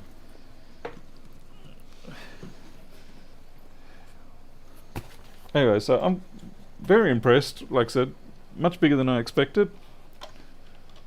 But at least it's certainly got the power. Finally, I might actually be able to have videos that don't look quite so washed out. Oh no, now I can't even remember how to insert this thing. Crap. Ah, yes, no, yes, yes, yes. Got it. Dave Jones used to... Yeah, that's right, the lamp, yeah, to get rid of the shadows, yeah. I mean, you really are supposed to have 3 lights, I believe. Yeah, 2 from either side, and then 1 as a back filler. I believe that's sort of like considered the standard. So yeah, I might go ahead and order that 100 watt one from the UK Amazon. And I've got plenty of just filler lights, which I'm using at the moment in the room. Alright. Okay, so we solved Jason's board tonight, but unfortunately we did not solve that 1466 board, which is really pissing me off. I don't know what to do about this. I don't even know where to... Yeah, I can't understand what's going on. Like I said, definitely it gets to SO state, but it is so quick that even the fan doesn't spin.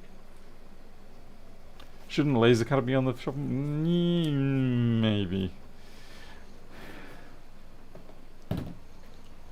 No, actually I changed my mind. No laser cutters. I haven't even got my CNC machine running.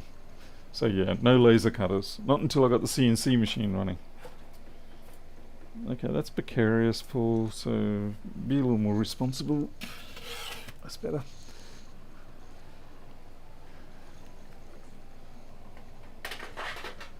Let's see. Container for Jason's bits.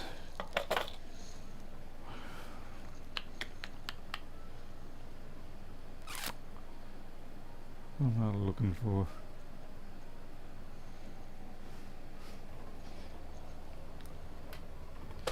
So yeah, I'm at a bit of a loss as to how I'm going to diagnose what is actually causing this to jump up for a second and then jump down.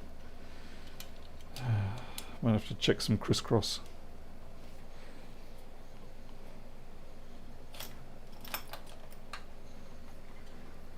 Hey, Neo Fun Reaper.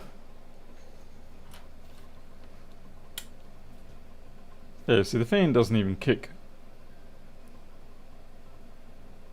Which is kind of weird, because that is actually on long enough that the fan should kick, now that I'm thinking about it. Let me check to see if I am getting 5 volts on that pin on the fan. Maybe indicative.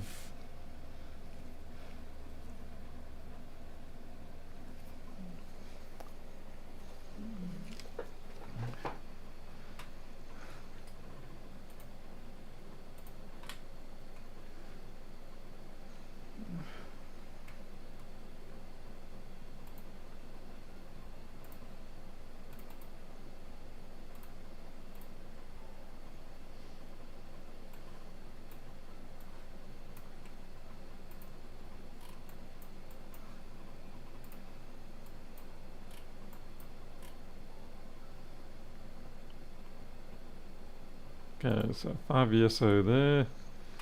Alright.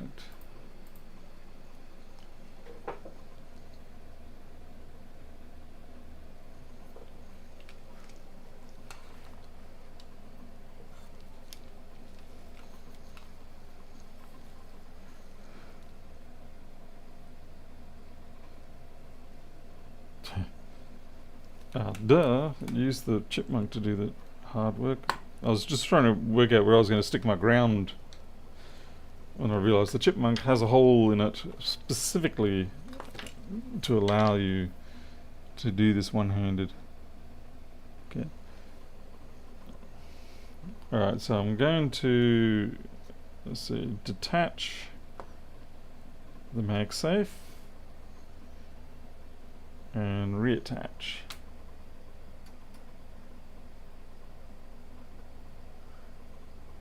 Interesting, it falls away. It decays away, so that could either mean that there's no actual real load on the PP bus, it's just simply let to die off on its own, but it's kind of curious then that the fan isn't kicking.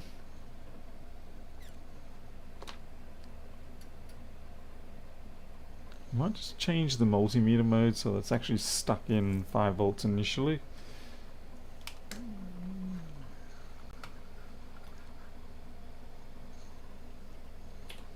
Go pause.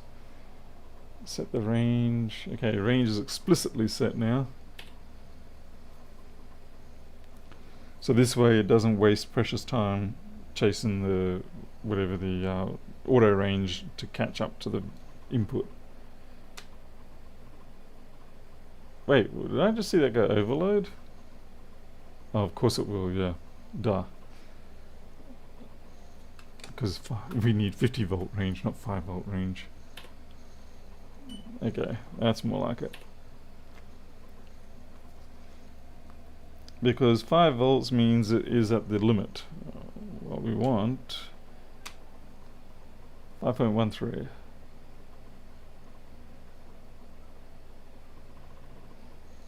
Yeah, it's definitely coming up fully.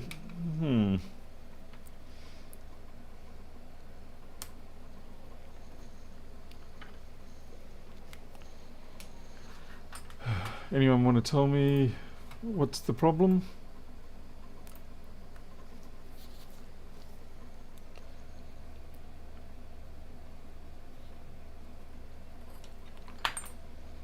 I suppose we can go through and see if we can find a short on any of the rails, but like I said, it doesn't really feel like it's a short, it feels like it's a dud sensing situation. It's a ruined fan now. Kind of like my YouTube channel.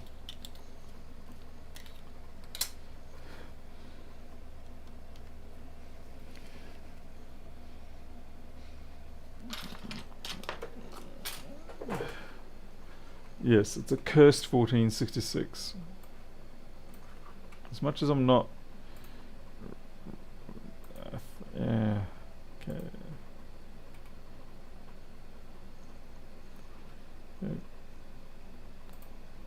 I don't know why my face hasn't come up. Anyway, it doesn't matter, you don't need it.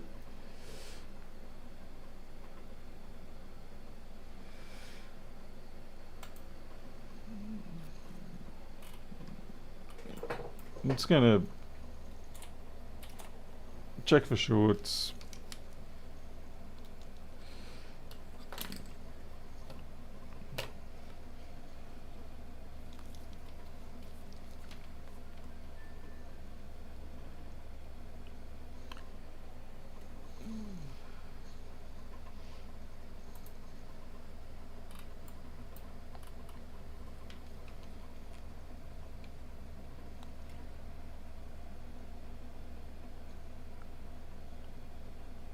Sometimes I actually go along and just do all of the test pads. It's very naughty.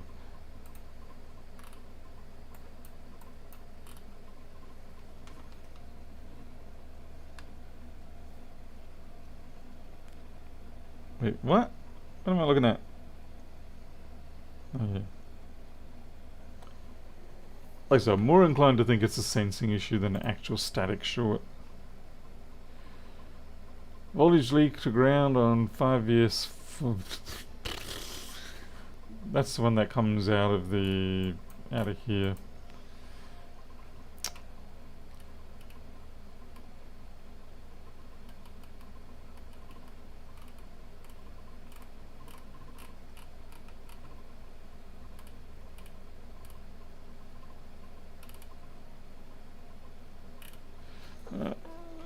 Let's see. What is it? Voltage leak on to ground. 5S for RS3. 5A. Yes.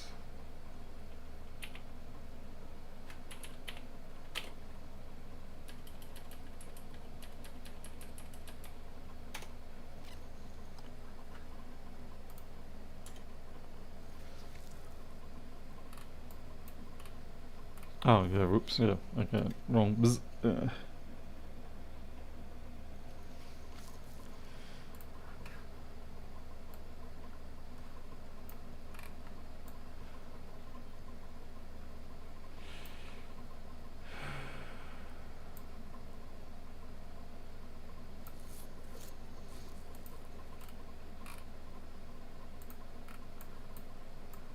Okay, let's see if there's anything that...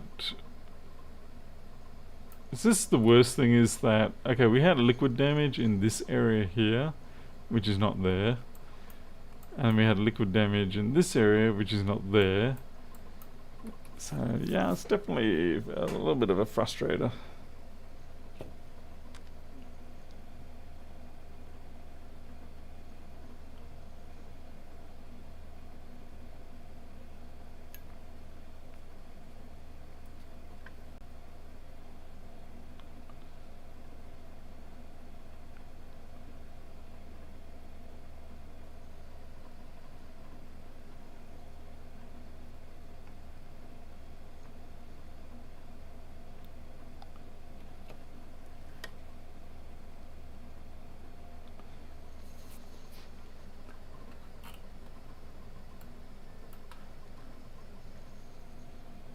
I guess what we can do is we can see what that voltage does.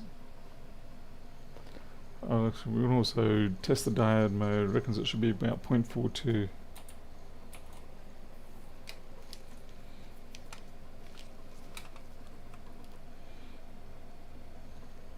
And it's smack on 0.42, so I'm greatly disinclined to believe it's that.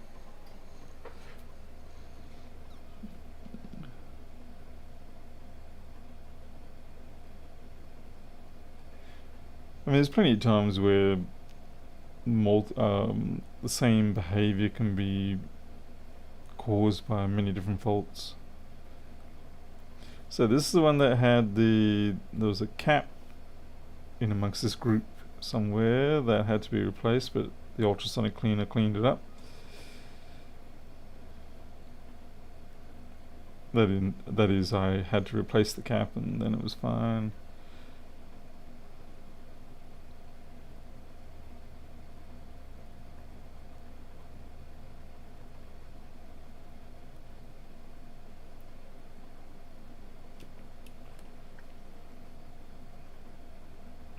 It's not corrosion, that's sealant. What's this resistor supposed to be? This one here.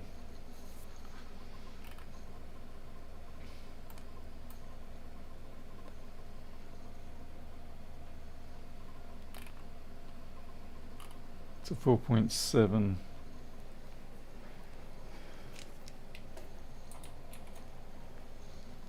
Well, I guess there you go. I used the new feature in the software. 4.7, that's certainly not at fault. The lamp, yes, I'll probably get another lamp. Like I said, I'll probably pick up the 100 watt one from the UK, since I've got a little more cash I can't use, as it were, over there.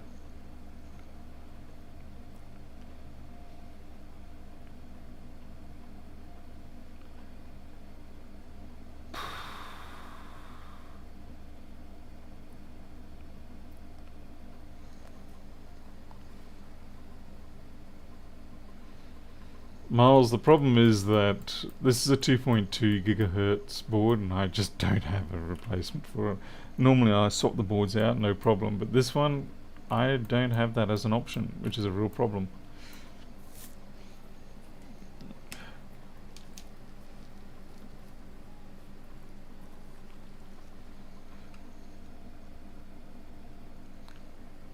Okay, that's fine.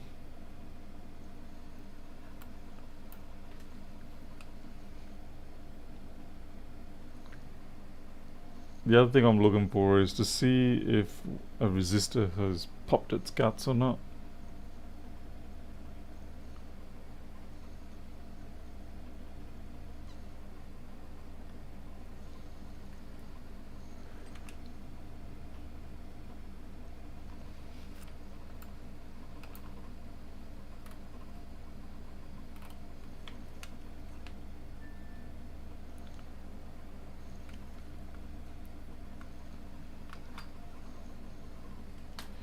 David, it tries to start, gets to an SO state a couple of times, but it shuts down very immediately. So we get 5 volts on SO, and then it says, nah, stuff that, mate.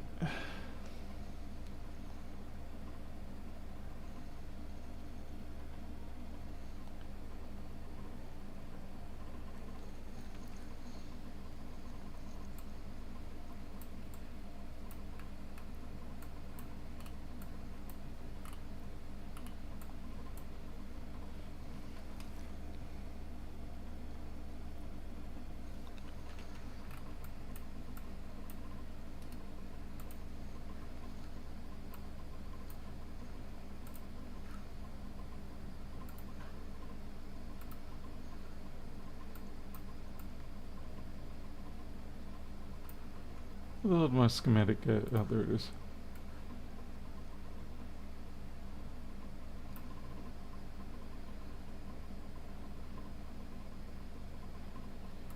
Miles, and I think you might be thinking of a different board. That's a different board. That one I've signed off and thrown away. This is a different one. The LAM, yeah, this is a different input board. This is my known good working input board. Does the same thing on both.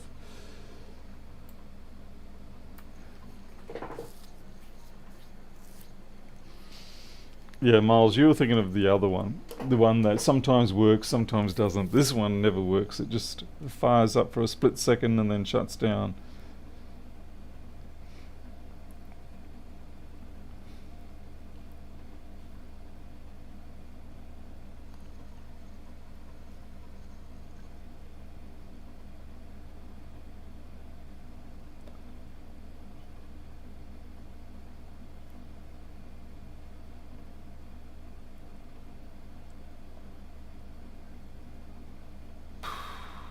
Yeah, I think I'm gonna have to yield for the night.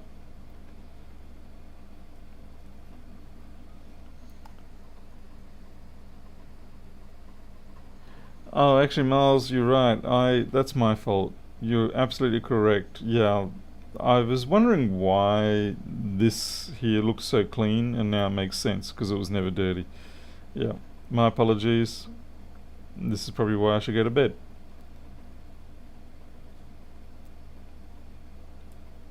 Yeah, like I said, I'm stumped for the moment why this one does the.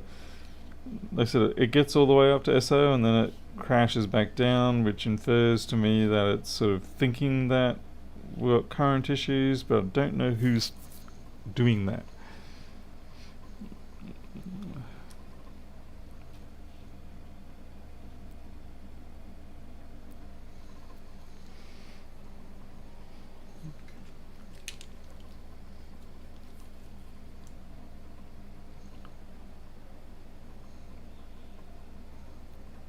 The CPU's at 10 ohms. That's pretty good for this particular CPU. Jesus, I just realised I haven't even checked to see if the PCH isn't blown. 172. Yeah, I have not taken the heatsink off this. Oh wait, no, I must have. Yeah, I've taken the heatsink off this.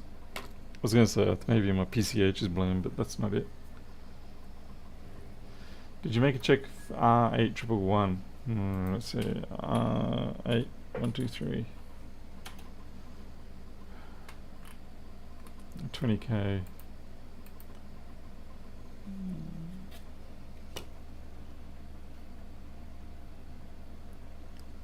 Wait, what? That's under the...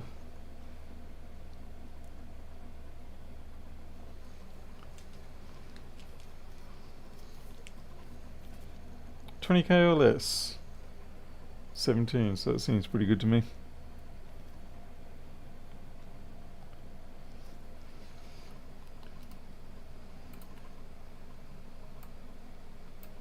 What do you generate?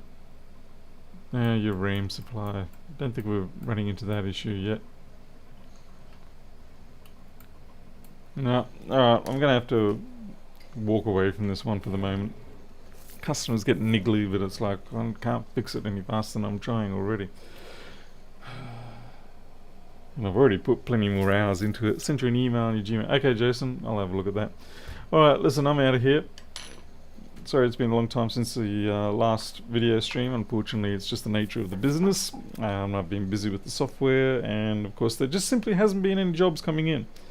It's not the sort of thing I like to announce, but yeah, the jobs have been a very slim supply, and of the ones that do come in, they are not jobs that are really any use for on live stream. They are particularly gnarly, or yeah, there's no clear distinction with them. It's all really ambiguous stuff. So anyway, I'm out of here, and what's this? What is this? Oh, okay, it looks like Dave has just given us something. Take R811 away, 8111 away. If the PM sleep 4 comes back, the CPU is back. You know, that's actually a useful thing. Let's just try that before I go. So why does that work? I guess that's my question. Why does that trick work?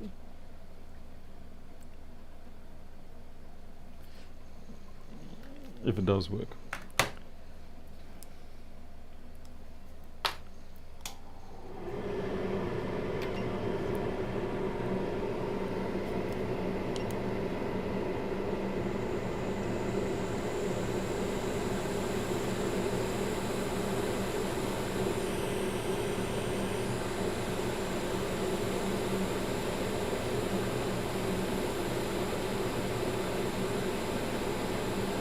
Certainly, I'm happy to have anything that can give faster CPU good-bad diagnosis.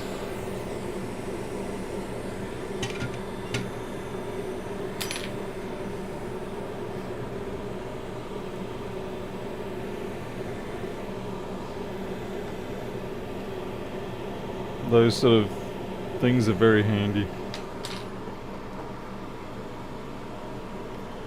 It's far too often, you flounder around for hours before you finally realize the CPU or whatever is bad. So let's try this. Oh shit! Look at that. So we're back up to full SO state. So we've got a dead CPU. So David, how does what can I say? Oh, my wife's out there with my little Milo. Hello, Milo. Is he being difficult? No. I'm done now. I've just found out I've wasted 6-7 hours on a dead end again. Yeah. Time to understand the schematic. Yeah, that's retrospectively.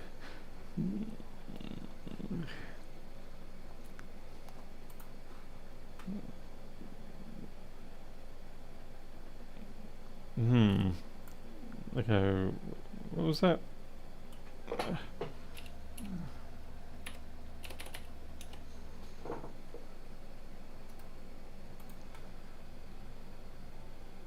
That is not the resistor I thought it was. Oh, it's the enable. Okay, PM sleep S4L. Okay, it is going for the DD-Reg enable.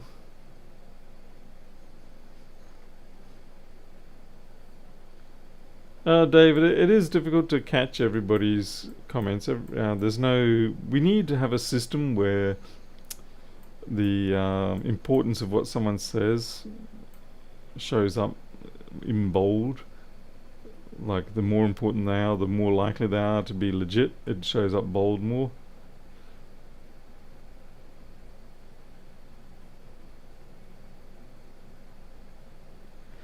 I'm just trying to see. I mean, basically, this is an enable for the DDR regulator. Now, that would, if I was looking at that, then my impression would have been like, okay, we've got a problem with the RAM, but apparently not. It's the CPU. So why does the RAM disabling, like disabling the power of the RAM, infer that the CPU is dead? That's what I'm wondering here.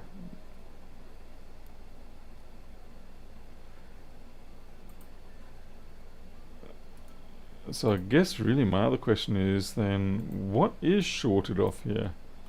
Like, do we actually have a short in this area? Okay, I see it's 1V2S3, which is the DDR3 supply.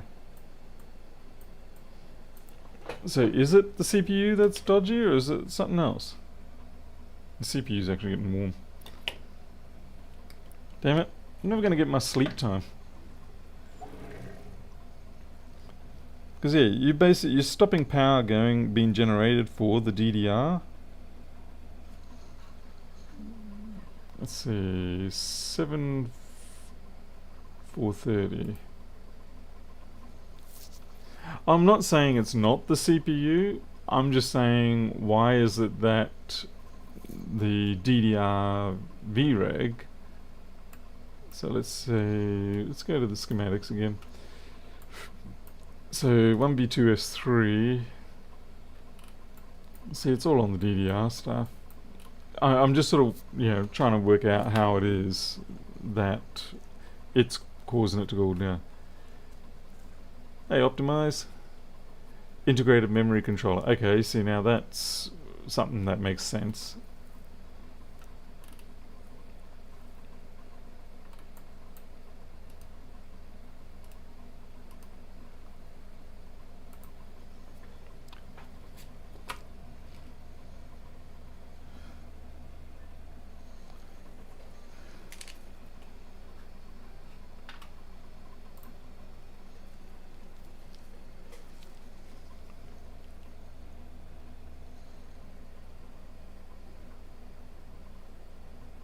Yeah, because the RAM itself, the output there is only 500, which is fine, yeah.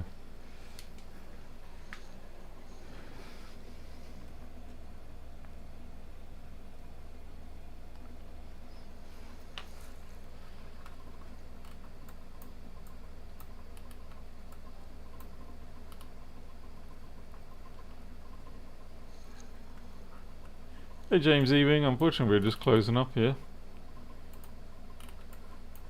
I'm just going to check something. I don't dispute what's been declared and discovered, but I am just kind of wanting to look at things myself. Like, I want to see if I can see a disparity in the diode mode. I think that would be curious for all to see.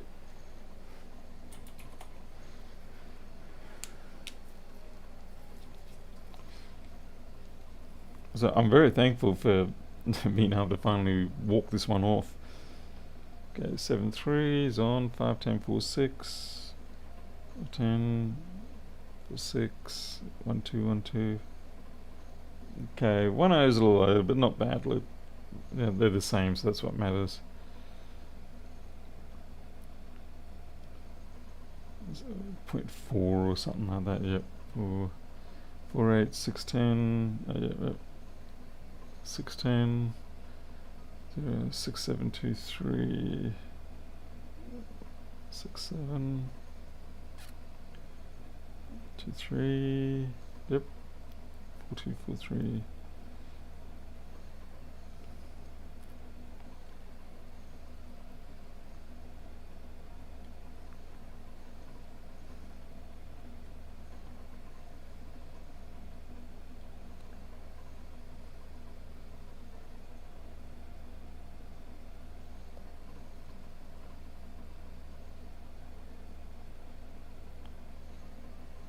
Wow, yeah. See, this is where it's interesting is that basically, okay, that's short, yeah, fair enough. Basically, none of those diode values show any indication of a problem around that actual chip. Like I said, I understand that the CPU is faulty. I'm just more saying it's interesting that you wouldn't be able to pick that out simply by doing a diode mode check there. Okay, so we've got a internal memory controller failure. Well, that is a really unfortunate case. But I'm glad to see the end of it. So thank you very much for that, David. Really appreciate it. Save me time and I can get a sleep knowing that we have a definitive diagnosis. Such is life. You'll take care. Better care of yourselves than what this CPU took care of its integrated memory controller. Till the next video, catch you later. Thanks again. I'll see you next time.